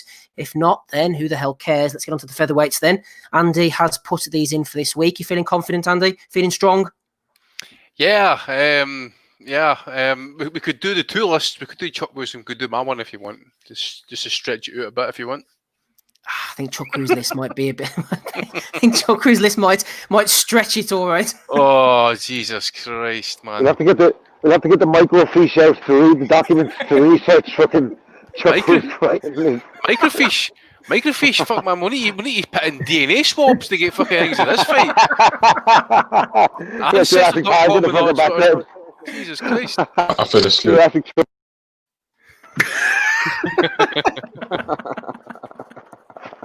I'm gonna give Chuckaroo a little call out for his list here just before we get on to Andy. So yeah, Chuckaroo went back into the archives, it's fair to say. He wanted to throw in Willie Pep, Sandy Sadler, Salvador Sanchez, Henry Armstrong. If you think Pep and Sadler are going back a bit far, then they're like mere babies compared to Abe Atwell, George Dixon, who I'd never even heard of, Kid Chocolate, and Eusebio Pedrosa. Honorary mentions, of course, for Johnny Kilban. He ain't no Kevin Kilban. David Moore, Vicente Salvador. Too many names to mention, says Jason Chuckaroo. Tell us a little quickly about George Dixon, Andy. You know all about him. Oh, I know everything about. I've got all his fights on microfiche, mate. I've got every single fucking. No, all I know about George Dixon is he was the first black world champion in history for Canada, like the very late 1800s. Like he was like bantamweight and featherweight champion. I think he was featherweight champ for like the best part of a decade or something like that. So Chuckaroo wanted us to mention George Dixon and this so we could break it down as to how George Dixon is going to do against Eric Morales, for example. Fucking hell! Everything I know about George Dixon, I've got to read about because there's zero footage. This is the oldest footage I've got is like Bob Fitzsimmons against somebody for 1897. It's some Joe Gann stuff, but for fuck's sake, man, George Dixon. Yeah. A few of the boys mentioning Porky. Leave him alone, I say. You're a hater! A lot of haters going on it there. Let's get on to our featherweight tournament then. I think Aussie's away at the moment. So we've got Hater Dave Lowback, Andy Patterson and Rapping Rob Kelly going in for the featherweights then. We won't be going too much farther down the weight, so enjoy it while it's here. quarterfinal number 1. You've got 2 minutes or less. Describe who you think would win, by what method, just whatever comes into your head. It's not an exact science. It's just a bit of fun. Nobody's going to get killed. Well, you wouldn't know in boxing these days. Hopefully nobody's going to get killed. 2 minutes or less. First to you, rapping Rob Kelly. What about number 1 here? Barry McGuigan against Naseem Hamed, quarterfinal number 1. Oh, fuck, man, tough fight. I think, Barry McGuigan was a pressure fighter, the clone of Cyclone known as. He's a right little fighter, whatever he's like as a businessman or a little on-screen persona or whatever he is. I suppose he polarizes people, especially. No, I'm not even going to go there. But as a fighter, he was unbelievable. Maybe question marks rightly about him being first ballot Hall of Famer, but a lot of people looking back would say he beat Eusebio Pedrosa at the right time. But having said that, tough fighter to beat on his day, and if he wasn't fighting Steve Cruz in the desert, who knows how long his featherweight reign would have lasted himself. So, saying that, I think Hamed's kind of a bit like Calzaghe in a lot of ways, that he fought shit for a big part of his career and then gradually moved up and got respect from people. Awkward style. To cut it short, I'm going to say Hamed by stoppage late, in a bit of a Kevin Kelly-esque to and fro before Hamed eventually. Hamed being there to hit, I think McGregor would have been able to find him, but I don't think he would have been able to sustain the type of pressure he put on Pedrosa, where he was pinning him to the ropes with a guy like Hamed style, and I'm going to say corkscrew uppercut ends it a la Augie Sanchez around round 9. Lovely assessment from rapping Rob Kelly there, getting us off to a great start. Quarterfinal number 1, Barry McGuigan goes out, Naseem Hamed goes through. Quarterfinal number 2, Andy, is right up your street. 2 minutes or less on Salvador Sanchez versus Yuriorkis Gamboa. Yep, Sanchez, without doubt. I'm going to go late stoppage. I just think fitness, finesse, jab, right hand, just the absolute work pressure. I think he would outwork Gamboa. It would be fleet of movement, very tricky with southpaw, but I think he'll give Sanchez some problems early, especially with the jab, maybe the speed, the foot movement and that, but I can see Sanchez adjusting, and basically, as I say, the ultimate and superior fitness. I think Sanchez would basically ultimate win the day. So, especially 15-round fight, if it's 15 rounds, I'm going to say Sanchez does it around about round 10, round 11, I think. Yeah, Sanchez, a fantastic fighter. Gamboa, I think he's going to be one of these wasted talents, but Sanchez was different level, like going up to the 15 rounds. Andy said, so fit, worked fighters out, died obviously so young. Was it 23? I think he died in the car crash, Andy? 23, mate. Yep. They did say he was only going to fight another year, then he was going to become a doctor, apparently. That's and right. There were so many great fights as well for it could have happened, especially like then and in the future. And especially this fight with McGuigan, for example, against Sanchez. I just think if it might have happened, it was again in one of these fights that would have happened too late, because they wouldn't run about the same. They wouldn't run about the same sphere at that point. Sanchez had built himself up to this great talent, when McGuigan was still working himself up. So I think it was a couple of years too late, I think. But yeah, Sanchez wins. Yeah, absolutely. Salvador Sanchez moving on to quarterfinal number 3. What about this one then? Semi-final number 1. Sorry, quarterfinal number 3. In fact, Dave, get your teeth stuck into this one. Ooh, Eric Morales against Mikey Garcia. Woo, Dave. Real good. Both guys who were big for the weight. Well, yeah, reasonably big for the weight. Both guys with great straight punches. I'd say Morales probably had definitely an edge in, the tiger in him. He's got more of a fighter spirit. Garcia more probably technical, patient, and precise with his stuff. Oh, this is tough. This is really tough. Prime for prime. I would have loved to see it, but I feel weird saying this because his career's been kind of nondescript really since that weird Top Rank retirement. But yeah, I'm going for Mikey Garcia here. I just like the precision. And Eric Morales, tremendous fighter, obviously, an all-time great Mexican fighter, but I just think he's too easy to hit for a guy like Mikey Garcia. And when Garcia hits you, it's with such precision and power combined that it does have an impact. And Morales, I don't think he gets stopped. I mean, the guy in his prime. I don't think he's going to quit. I hate to get Eric Morales out of the running this early on, but I'm just thinking Mikey Garcia with the precision and the patience gets to him. Morales could overwhelm him with that work rate, though. Garcia, I don't think, would hold up as well in a dogfight because we saw him take the easy road out against Salido when things started getting tough, when he got headbutted and broke his nose. Salido had actually probably won that round too, but I don't know. Garcia, that great jab, that left hook when he backs up with his eyes wide open, he can see everything coming. The reach of Morales might have been a problem too. It's hard to say without seeing these guys next to each other and sizing them up a little bit, but I just think, yeah, I'm going to go with Garcia. Interesting. Wasn't expecting that, but there you go, Dave. I thought broke it down really well there. Explained his situation. Garcia going through against Eric Morales, joined Sanchez and Naseem Hamed. Talking of former Mikey Garcia opponents and victims, in fact, Rob, this one might be a little bit easier to decide for you. The great weight jumper that he is, Henry Armstrong, going in against Orlando Salido. This one could get quite ugly. Fucking hell. When there's such a disparity in the years, it's hard. It's fucking hard, to give these a fair comparison. I think Henry Armstrong, Homicide Hank, part Native American, part Irish, part African American. Just a legend of the sport. They say Robinson fought him, laid on, took it easy on him because he was such a hero of him. Just went up. They say that he was able to throw 1,000 punches around. That's what I remember what Mike Tyson said early in his days when he was, when he was going through all those archives with Cuss, and he said he looked up to Henry Armstrong so much with the head movement and the fact that he was able to throw 1,000 punches around. So if you could throw 1,000 punches around, you could destroy a man. Could he throw 1,000 punches around against Orlando Salido? A fucking goonball, an absolute villain, the epitome of machismo. Orlando Salido, a fucking brood of a man. In the professional game from the ages of 15 all the way up to 37, I think. Maybe he's still fighting, I don't know. Look, if you got to give Henry Armstrong the benefits of today's training, like I always say, and today's supplements and today's, different lifestyle changes and that, and the equipment and all that, you'd say that version of him probably beats Salido, but I think a special mention is due for Orlando Salido. What a fucking guy, in the modern era, and last of a dying breed, might I add as well. Fellas like him seem to be going away and getting replaced by Ryan Garcia. So he goes away in this one as well. I think Henry Armstrong overwhelms him.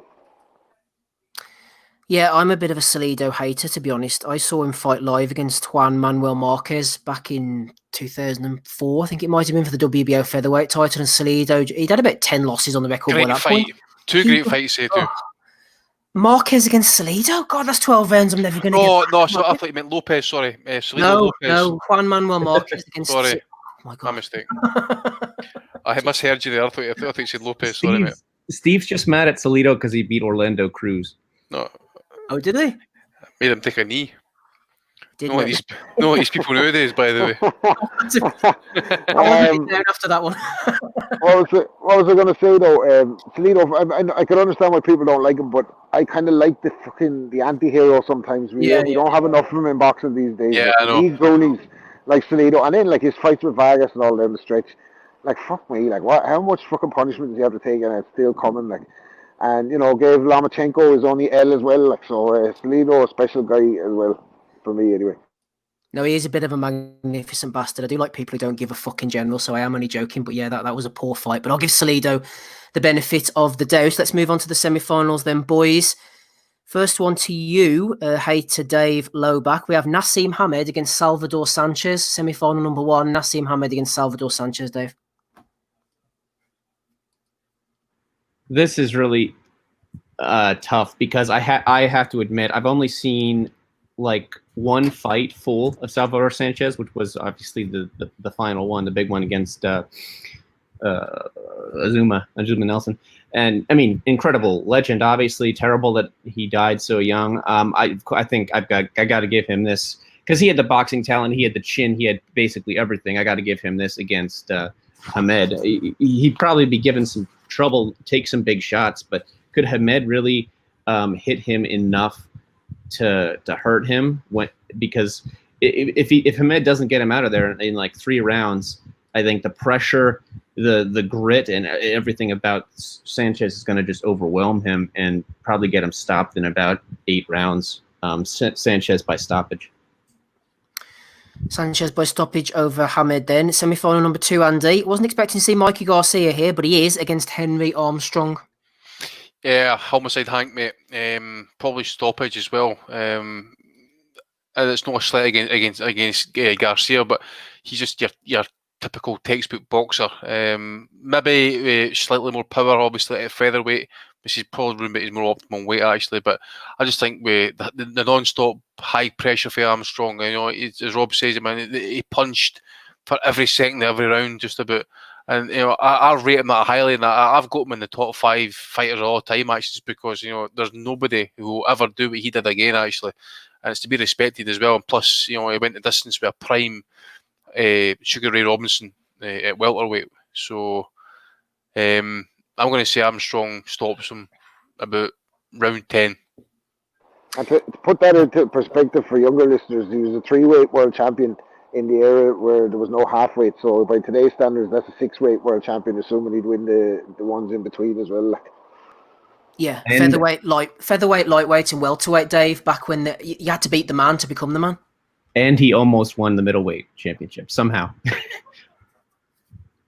Yeah, I've only read about Armstrong. I can't profess to be any great expert on his career, but it does, from reading historians and whatnot, it does hold up without doubt. Right, final is Salvador Sanchez against Henry Armstrong. We've got Dave, we've got Andy, we've got Rob. Aussie's away at the moment, so we shall give everybody a chance, and obviously someone will come out 2-1. Starting with you, Rob. Salvador Sanchez against Henry Armstrong. What a fight! Fucking hell. Going to say nothing beats perpetual motion, as I said about Henry Armstrong. So I'd say Armstrong over 15. Keep it short and sweet. Dave Loback, Sanchez Armstrong. It's so hard to break down because, like I said, I've barely seen Sanchez, barely seen any Armstrong either. Just the stories and his style, and the fact that he was a bigger guy. I think I'm going to go with Armstrong. Yeah, and his success at multiple weights and success with such greater longevity than Sanchez had. And it wasn't Sanchez's fault. He died young, and he had a fairly long career for his age too. But it's pretty hard to compete with the longevity of Henry Armstrong's career. 150 wins, 100 KOs, as Andy put there in the chat. Not that it matters, Andy, but I agree. I think Henry Armstrong, I've seen a lot of Sanchez, thanks to you. I think he was an exceptional fighter and he wouldn't go down easily against anybody in history. But from what I've read again about Armstrong, like I say, I'll have to pick him. Who are you going for, Andy?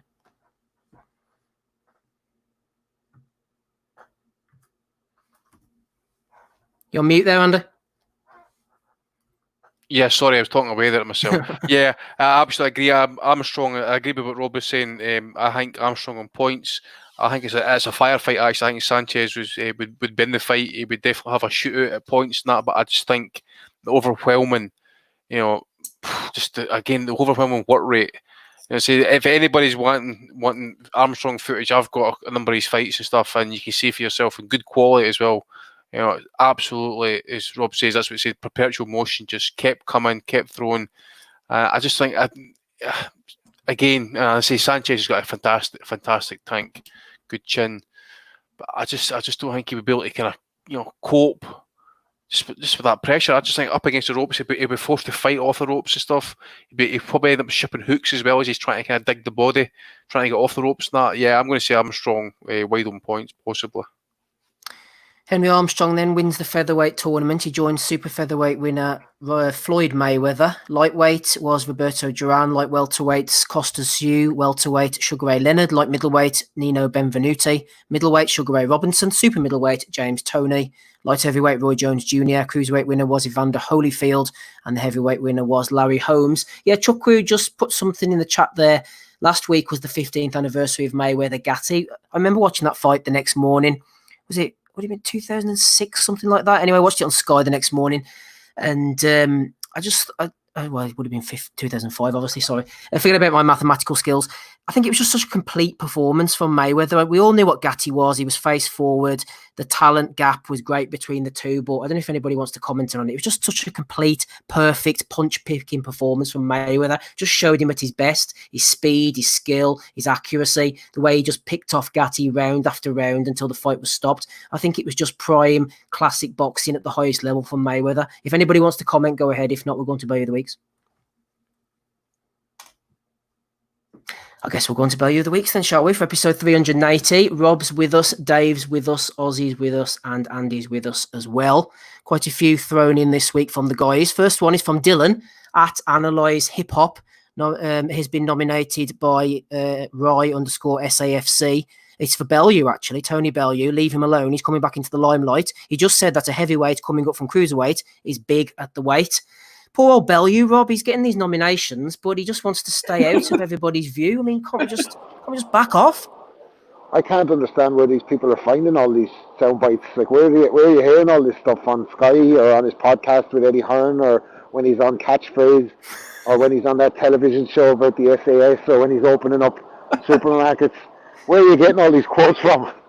Oh, probably when he was celebrating the new deep dish pizza at Papa John's. That was prime Bellew. I'm going to have to try and find that one out. That was definitely prime Bellew. Talking of prime nominations for Bellew of the Week, what about this one, Andy, from good old AB? Matty at Eggy Phil has nominated Broner, coming onto Instagram, dropping some knowledge bombs, as you do. Without abortions, I would have almost 30 kids today, Jim Broner. Isn't that type of content you're throwing out on your social media? Christ almighty, man. What is he all about? You know, it's fucking. He's got the Barbara Windsor contraception. You know, that's what she was all about. You know, about babies. He also went on to do a bit of fat shaming. Yeah, the ladies in the club, where he put his stomach in his cycling shorts and pulled it up and said, "This is what I'd be seeing in the club. Why don't these bitches go work out or some shit?" He said. So he's doing a bit of fat shaming as well, Broner. He's not having a great time of it at the moment, sitting out waiting on the 10 milli. Oh Christ! But you can just imagine doing a Barbara Windsor going to get the scrape and get the plug pulled. You know, Jesus Christ! What a wanker! Big James in the background. Oh, hey, he hounded her for years, man, didn't he? He's like, go on, please. He was like, he's like, what do you call him? Harvey Weinstein, wasn't he? Just hanging about in doorways. Look at it! Look at it! Look at it!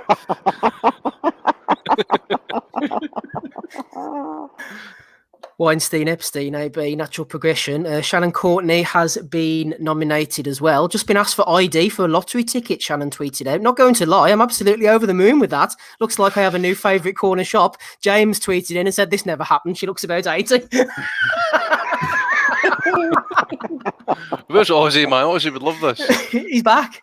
Is he back? Bit of Shannon Courtney bounce there, Oz. She's been nominated for Bellew of the Week.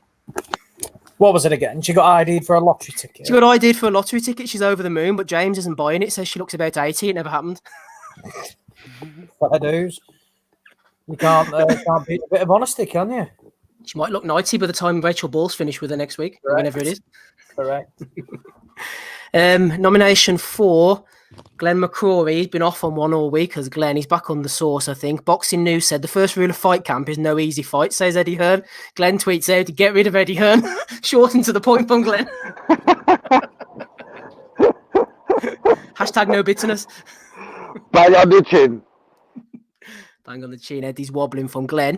Ben Thorne's Bellew of the Week for Bunsen Costello. I get they have to toe the line a little more than you boys, but fuck me, they may as well have swallowed when Dillian White had finished pumping with them. You listened to a bit of Bunsen Costello, Andy. What was the Dillian White interview this week? Yeah, well, it's just, I think, well, put it this way, I know there's been a bit of beef with Costello and Dillian White, you know, according to them at least anyway, so they've managed to kind of like kiss and make up. I thought Costello was a wee bit kind of arse-kissy to him a wee bit, actually. Probably just happy to kind of get back on talking and stuff, but yeah, I mean, look,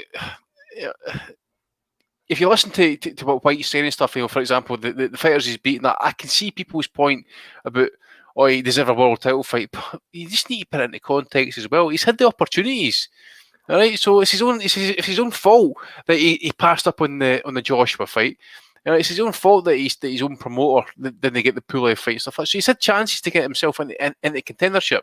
So I just don't want to hear all this fucking bitch and stuff. And I can see the point as well is he's been supposedly exonerated by UCAD and his suspension lifted. So I need to go back and check again as to why his mandatory defense or the mandatory shot got pushed back to next year. I can't recall the reason again for it. But again, as well, I mean, these contracts in boxing and rematch and stuff like that needs to be looked at because here's you've got a situation whereas you've had Fury and Wilder had a rematch clause for the first fight going into the rematch. Now you've got a rematch clause for the third fight. So it's really just pushing back the mandatory status and stuff like that. And then you've got we had was his name Rob Tibbett basically asking. What's his name? Suleiman about the franchise champion, and he's basically saying like we've done a poll and stuff. And he says, "Does it really matter? Your title was just basically bogus." I went, "No, absolutely could not give a fuck about the situation that he's kind of fucking creating at the minute and that." So,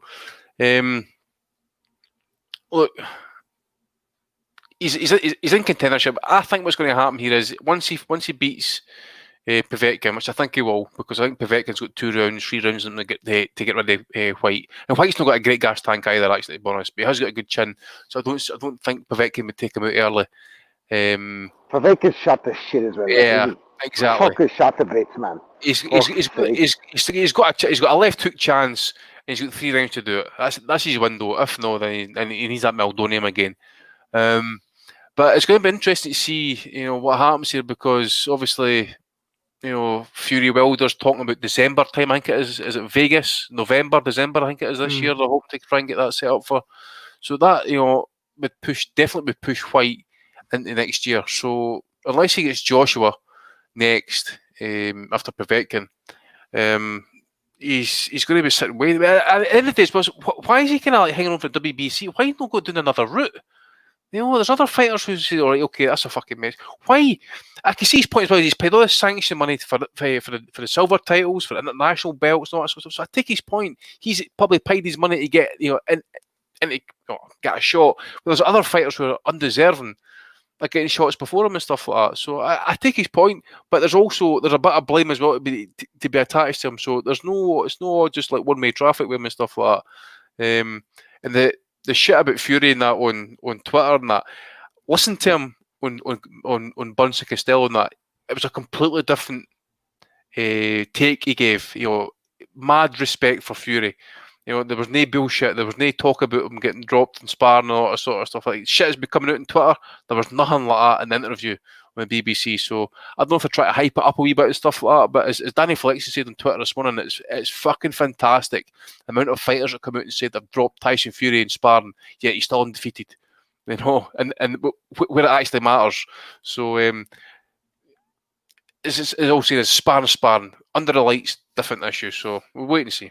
I think White's played a blinder personally. I think he knows exactly what he's doing. He's waiting for his shot, playing the victim card while getting pay-per-views, having not fought for a European title. Yeah. You might as well mop up. Then the big fight comes along, cash in, see you later. He's playing an absolute blinder, I think. He has. But at the end of the day, he's played the victim card, but he's also thrown a lot of shade as well, by the way, shall we say. He's been throwing a lot of shade at Anthony Joshua, taking steroids, and he's been very vocal. He's in numerous outlets saying Joshua was on the steroids.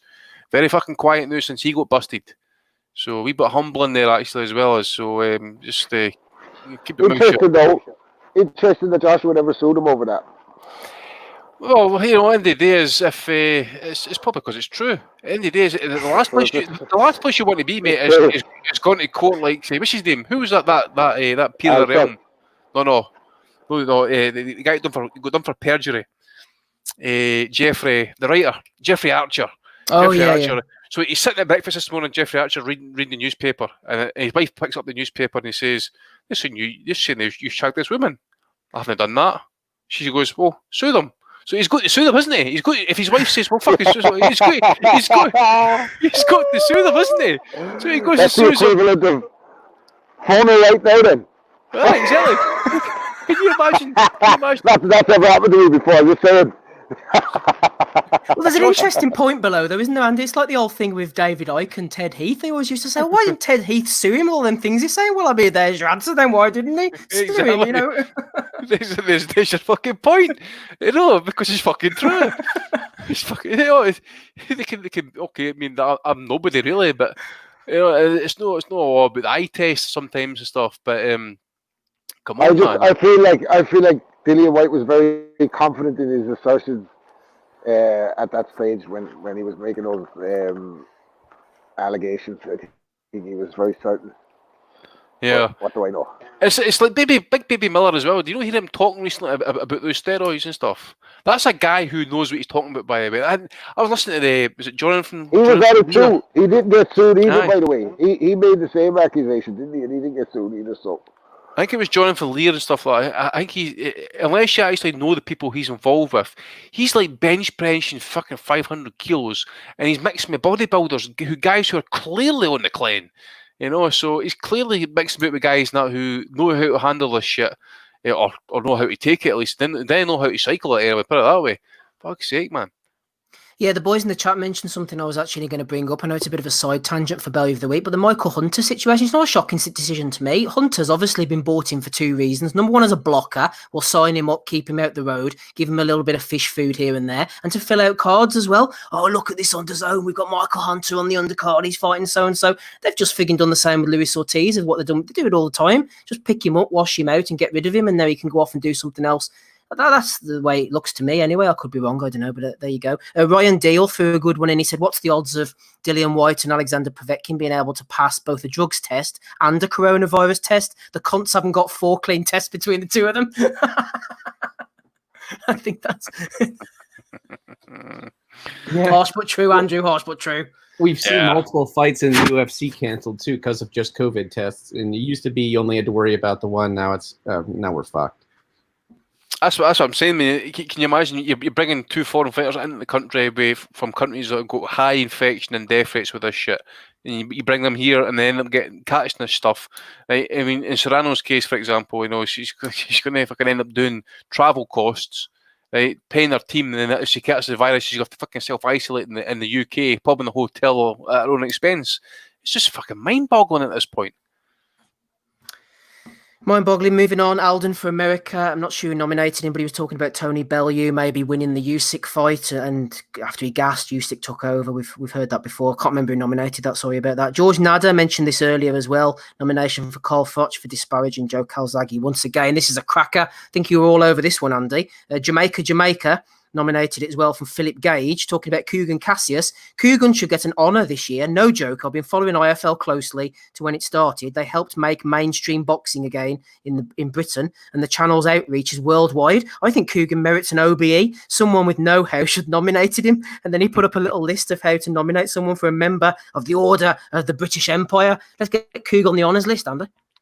There's no empire, man. The fucking empire fucking folded back in began to collapse 1920 or whatever the fucking was. Started with the Irish as well. Hey, don't forget about 1776. That's a different fucking podcast, that one. Cougs for OBE, that's the point, lads. Come on, let's get behind it. OBE. Listen, Cougs is doing similar numbers to us these days, man. Right? We're doing similar numbers to what we were doing pre-lockdown, so what the fuck? OBE. I don't know, man. He has got an international reach, though. He's, he's in Marbella, he's in Dubai, he's in Bahrain. Kazakhstan. He's all over the shop. He's all over the place, man. Cougs. Happy birthday, Cougs. Evening, Eddie. I've got no issue with Coogie, whatever. He's all good. Cougar's done brilliant with his channel. Fair play to him. Correct. I don't think he deserves an OBE for it, but he's good on social media. I give him credit where it's due. He's done pretty well, and he's sometimes I know he has to play ball with Matchroom and stuff to get the access, which let's play ball. Ball. It's more than that now, David. Come on. Oh, he's part of the furniture now, man. But I mean, in the past, at least, I've seen him pose a few difficult questions to them. I'm sure he made them well aware of it beforehand, but he's done some journalism in his career. He's in state television now. The cunt's fucking Pravda. Come on, Dave. Well, he came on our show, and maybe but he doesn't want to come back on our show name, Mary. See, he doesn't want to be associated with scum now. whoever Well, wins. He's I think it mainstream. was such a decisive win for Tommy the first time. I don't think we needed to see the rematch. It was so one-sided. Where's Tommy? Fuck you on. Whoever wins between their scrap, Tommy Coogan, they get the OBE. Yeah, we'll move on. I think Nathan's got my point. Cholo, that's you, Andy, at Andy P792 on Twitter. Buns saying it took him 30 years to watch Zarate versus Zamora, even though he had read everything about the fight before. Surely not. You think you're calling bullshit on old Bunsy here? Well, if he said that on his recent podcast, and it was Chris Williamson actually says, well, you know, there is loads of fights out there, for example, and you can't see them all. It's a good point, but this fight was the most sought after fight. This should have been a unification fight. Instead, it was a 10-rounder, and it was like very sought after. I just think, like, you know, for a guy like Burns, who's actually, you know, entrenched in boxing, I mean, this is his job, man. Boxing's his job, and he's only just got into watching the Battle of the Z-Boys just until recently. Nah, I've got to call shite there, like. Casual Bunsy. Here's one Aussie nomination for Steffi Bull. Certain Aussie Smith tweeted out a few weeks ago that Maxie Hughes was fighting John O'Carroll. Shit ain't happening, says Steffi Bull. This is news to me. I'm Maxie's manager. Joke's on you, Aussie. Yeah, well, what can I say? The fight was announced. I was told it on good, on fact that it was happening. Wrong show, to be fair. I did say it was going to happen at Fight Camp, but it's now on an MTK show. But yes, John O'Carroll, Maxie Hughes is happening. It's on. You think they moved it just so that Aussie would be slightly... Yeah, that's a good point, that Dave, actually. Yeah, they moved it all around me, just so I was somewhat wrong. Steffi on the phone. Yeah, you're going to have to move this, Eddie, lad. Evening, Ed. Evening, Ed. Joe Gallagher could be a good nomination for me this week. This is absolute pish from Joe. This is huge mistake. Huge mistake, said Joe to Sky Sports Boxing. What's he talking about, you might wonder? Joe Gallagher believes that Terry Harper is making a massive gamble by agreeing to defend the WBC Super Featherweight title against Natasha Jonas. Joe's full of shit here, Ozzy. He knows he's full of shit. Jonas has absolutely no chance, in my opinion, against Terry Harper, and it's not a huge mistake. Yeah, I mean, look, of course, I mean, what do we expect? He's not going to come out and say, oh, my fighter's got absolutely no chance. But I always think these comments can backfire. I mean, we saw what happened when Jonas was in with somebody remotely competitive, that Obernorth, and she got knocked out and she just couldn't cope. Harper's on the up, Jonas clearly on the way down, and I'm with you, Steve. I don't think she has any chance of beating Terry Harper whatsoever. No, I don't think so. Billy Joe Saunders has been nominated, Dave. This is your type of content. Chris Eubank Jr. said, Eddie Hearn already told everybody why my fight with Triple G didn't happen. 2 months isn't enough time for the drugs Billy Joe Saunders uses to get in shape and to leave his system, so he pulled out.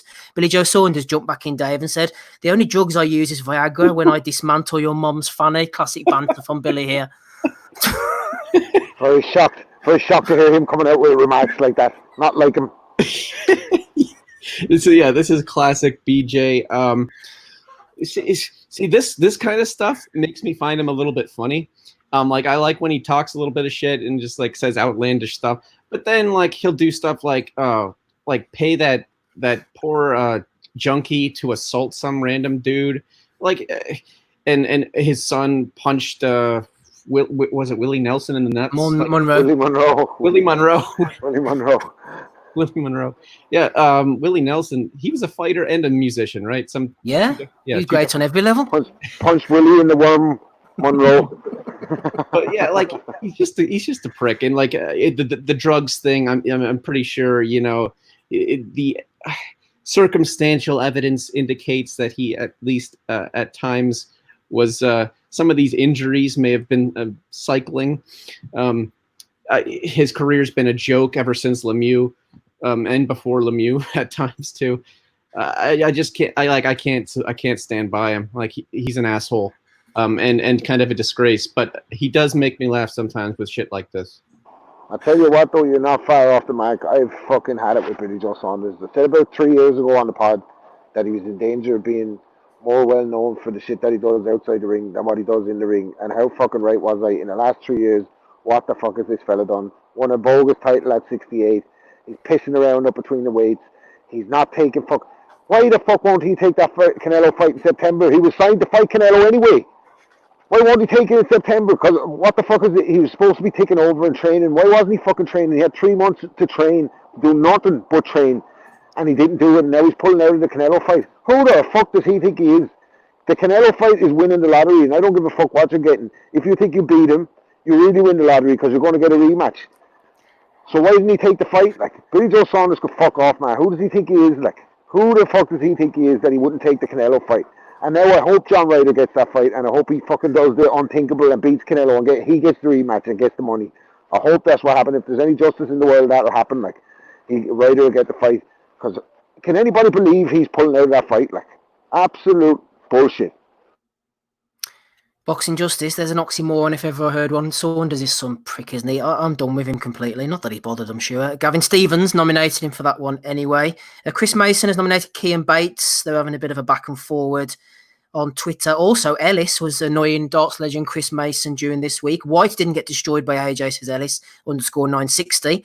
And haven't you ever heard the term of styles make fights? Parker beat Ruiz, but Parker lost to AJ, who Ruiz beat. Sounds like great banter going on over there. Stuart has nominated Darren G _79. Can't read that one out, Stuart, man. That goes beyond Bellew of the Week, that one. Porky in the chat, we believe, or is he? Who knows? Might be a fake account. Has nominated Matchroom Boxing for uploading Billy Joe Saunders documentary called Born Fighter. 6 fights in 5 years, says Porky. Born Fighter. No, Billy Joe, I give him his credit. He's a fantastic fighter on his day. He is, like, he's the goods on his day, and when he's switched on and when he's made the weight and everything, he is really, really, really brilliant. But fuck this shit, like, why are you not taking the Canelo fight? This excuse that you're not going to be ready by September. It's July, man. Like, you're a professional fighter. You've had 3 months off already, like, and you were already signed to fight Canelo. Why are you not taking that fight? It's bullshit, like, it's absolute bullshit, and I hope he never gets that big fight now. I really, not hope. I don't care about that much to hope that he doesn't get it, but if there's any justice, he won't get the big payday now, like, because you can't be knocking that back, like. Continuing on a Billy Joe theme, Porky back in. Billy Joe hands down winner this week for #Fannygate. Bet Hearn drops him now. Hearn loves having to come out and defend fighters. It's good PR for Eddie. I think this is a good opportunity to jump in with this one. There's talkers and there's smoky bacon walkers. I said Russell. Joseph Webb has nominated Harvey George Arthur Dickens. How many names do you want, lad? Char versus Brian is a pay-per-view event, in my opinion, says Harvey George Arthur Dickens. Char is a world champion, so it's a pay-per-view event, apparently. There we go. That's all the ones that I've got, boys. Quite a strong lineup this week. Any nominations from you, Hater Dave Loback? No, haven't really been following the news too much. I need some big fights to get me back into this. But no one can pass a coronavirus test, so we're not getting any. Coronavirus ruining our fun. Ozzy, any nominations coming your way? No, mate, none from me. Nothing from Ozzy either. Andy, anything from you? My missus.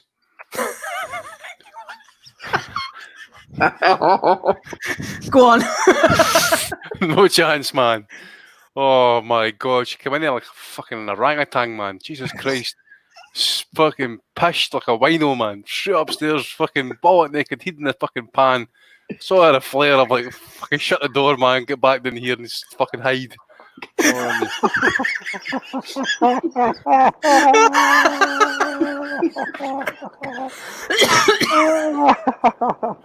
Oh, worst because I'm fucking sober.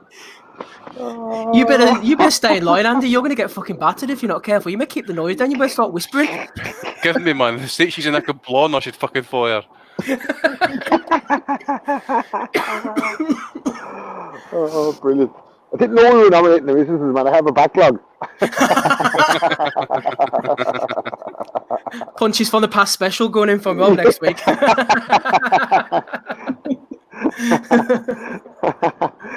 the Chris Rock day, don't hit women, you just shake the shit out of them. Shakes from the past. Oh dear. Yeah, Mrs. Patterson getting a nomination. Any from you, Rob? Anything that's caught your interest? Yeah, Sky Sports. I was going to say Billy Joe, obviously, but Sky Sports for re-uploading the worst heavyweight pay-per-view in history, the fight that got pay-per-view cancelled, Audley Harrison versus David Hay, the fake beef between two mates that Hay said was going to be what it was. Audley came out scared to throw a punch and folded the minute he got hit. And you know what? The worst thing about that is, I fucking paid for that because I was having a fight party and I fucking paid for it. The fellas came over and the house was full, and then that happened. And Casuals day. Oh yeah, and I hope wanted you took to the put money up front, Rob. Oh no, because I'm a generous fella like that. I don't like, you know what I mean? Some fellas come over and they bring biscuits and then they fucking take the biscuits with them and all. I don't complain about it. I just, you know what I mean? That's fucking, I just pay the fucking money. It's probably been soggy biscuits been lying about for about a year anyway, you know. But I tell you, that television that night, how it didn't go horizontally out fucking go-karts into the field, I don't know.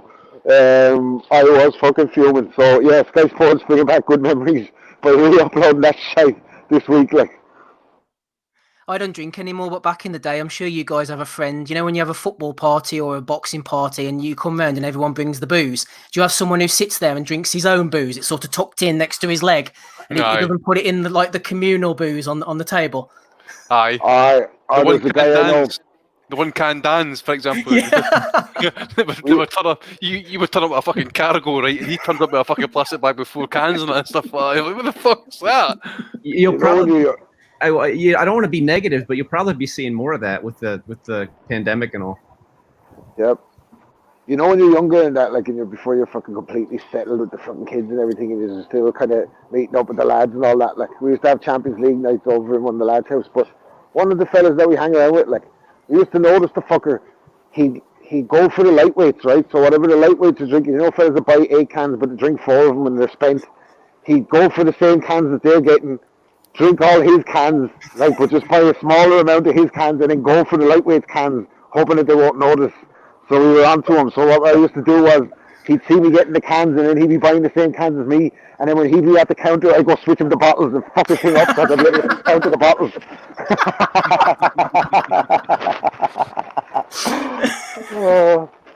Sorry, we got off the fucking reservation tonight. Fuck's sake. Guedos. I was going to say there's the one guy as well who brings 6 cans, put them in the communal area, but it'll be like Tesco value lager at 2%, and then I'll happily suck the Stellas or San Miguel or Heineken's, and then what's left at the end of the night, the Tesco value booze, which is only good enough to chuck down the sink or something like that. Clean the drains with it. Tenant super. Right, boys, let's finish up Belly of the Week then, shall we? Quite a strong lineup. Steffi Ball's a good front runner. I think Joe Gallagher. Philip Gage as well for saying that Coogan should get the OBE. Adrian Broner. My one I'm going to go for this week has to be Billy Joe Saunders, though. It's about time he won an award. 2-weight world champion, Andy. I'm going for Billy Joe. Who are you going for? The missus. Oh, yeah, Mrs. P. Forgot about that. No, I'll go for that guy about Coogan. Philip Gage. Philip Gage, him. What an absolute spastic, man. Well, honest to God, I didn't want to say it. It's bad.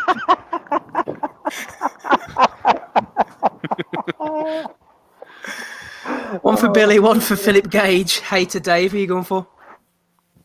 Actually, I like the first one you mentioned. I like Bellew. You know he's big at the weight.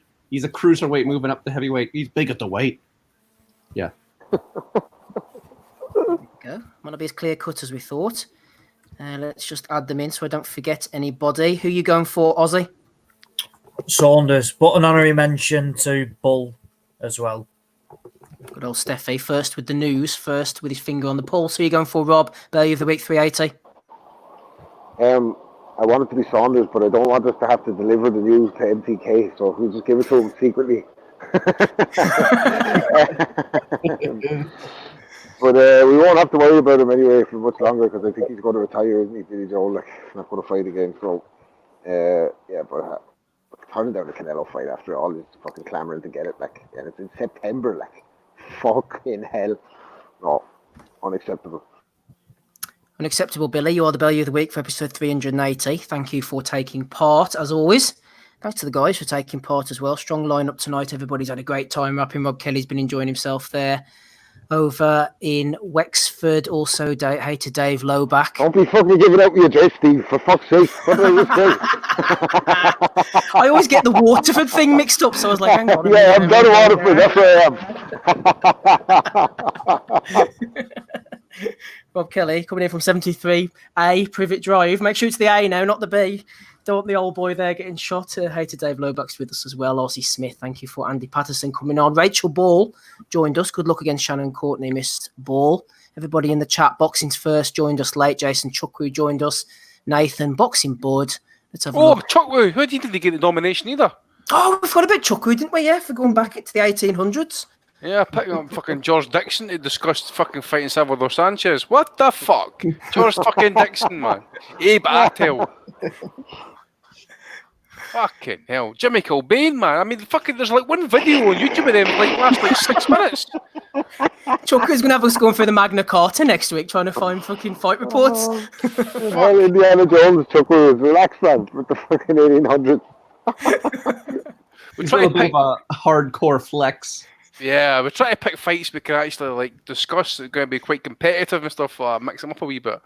Fuck me, man.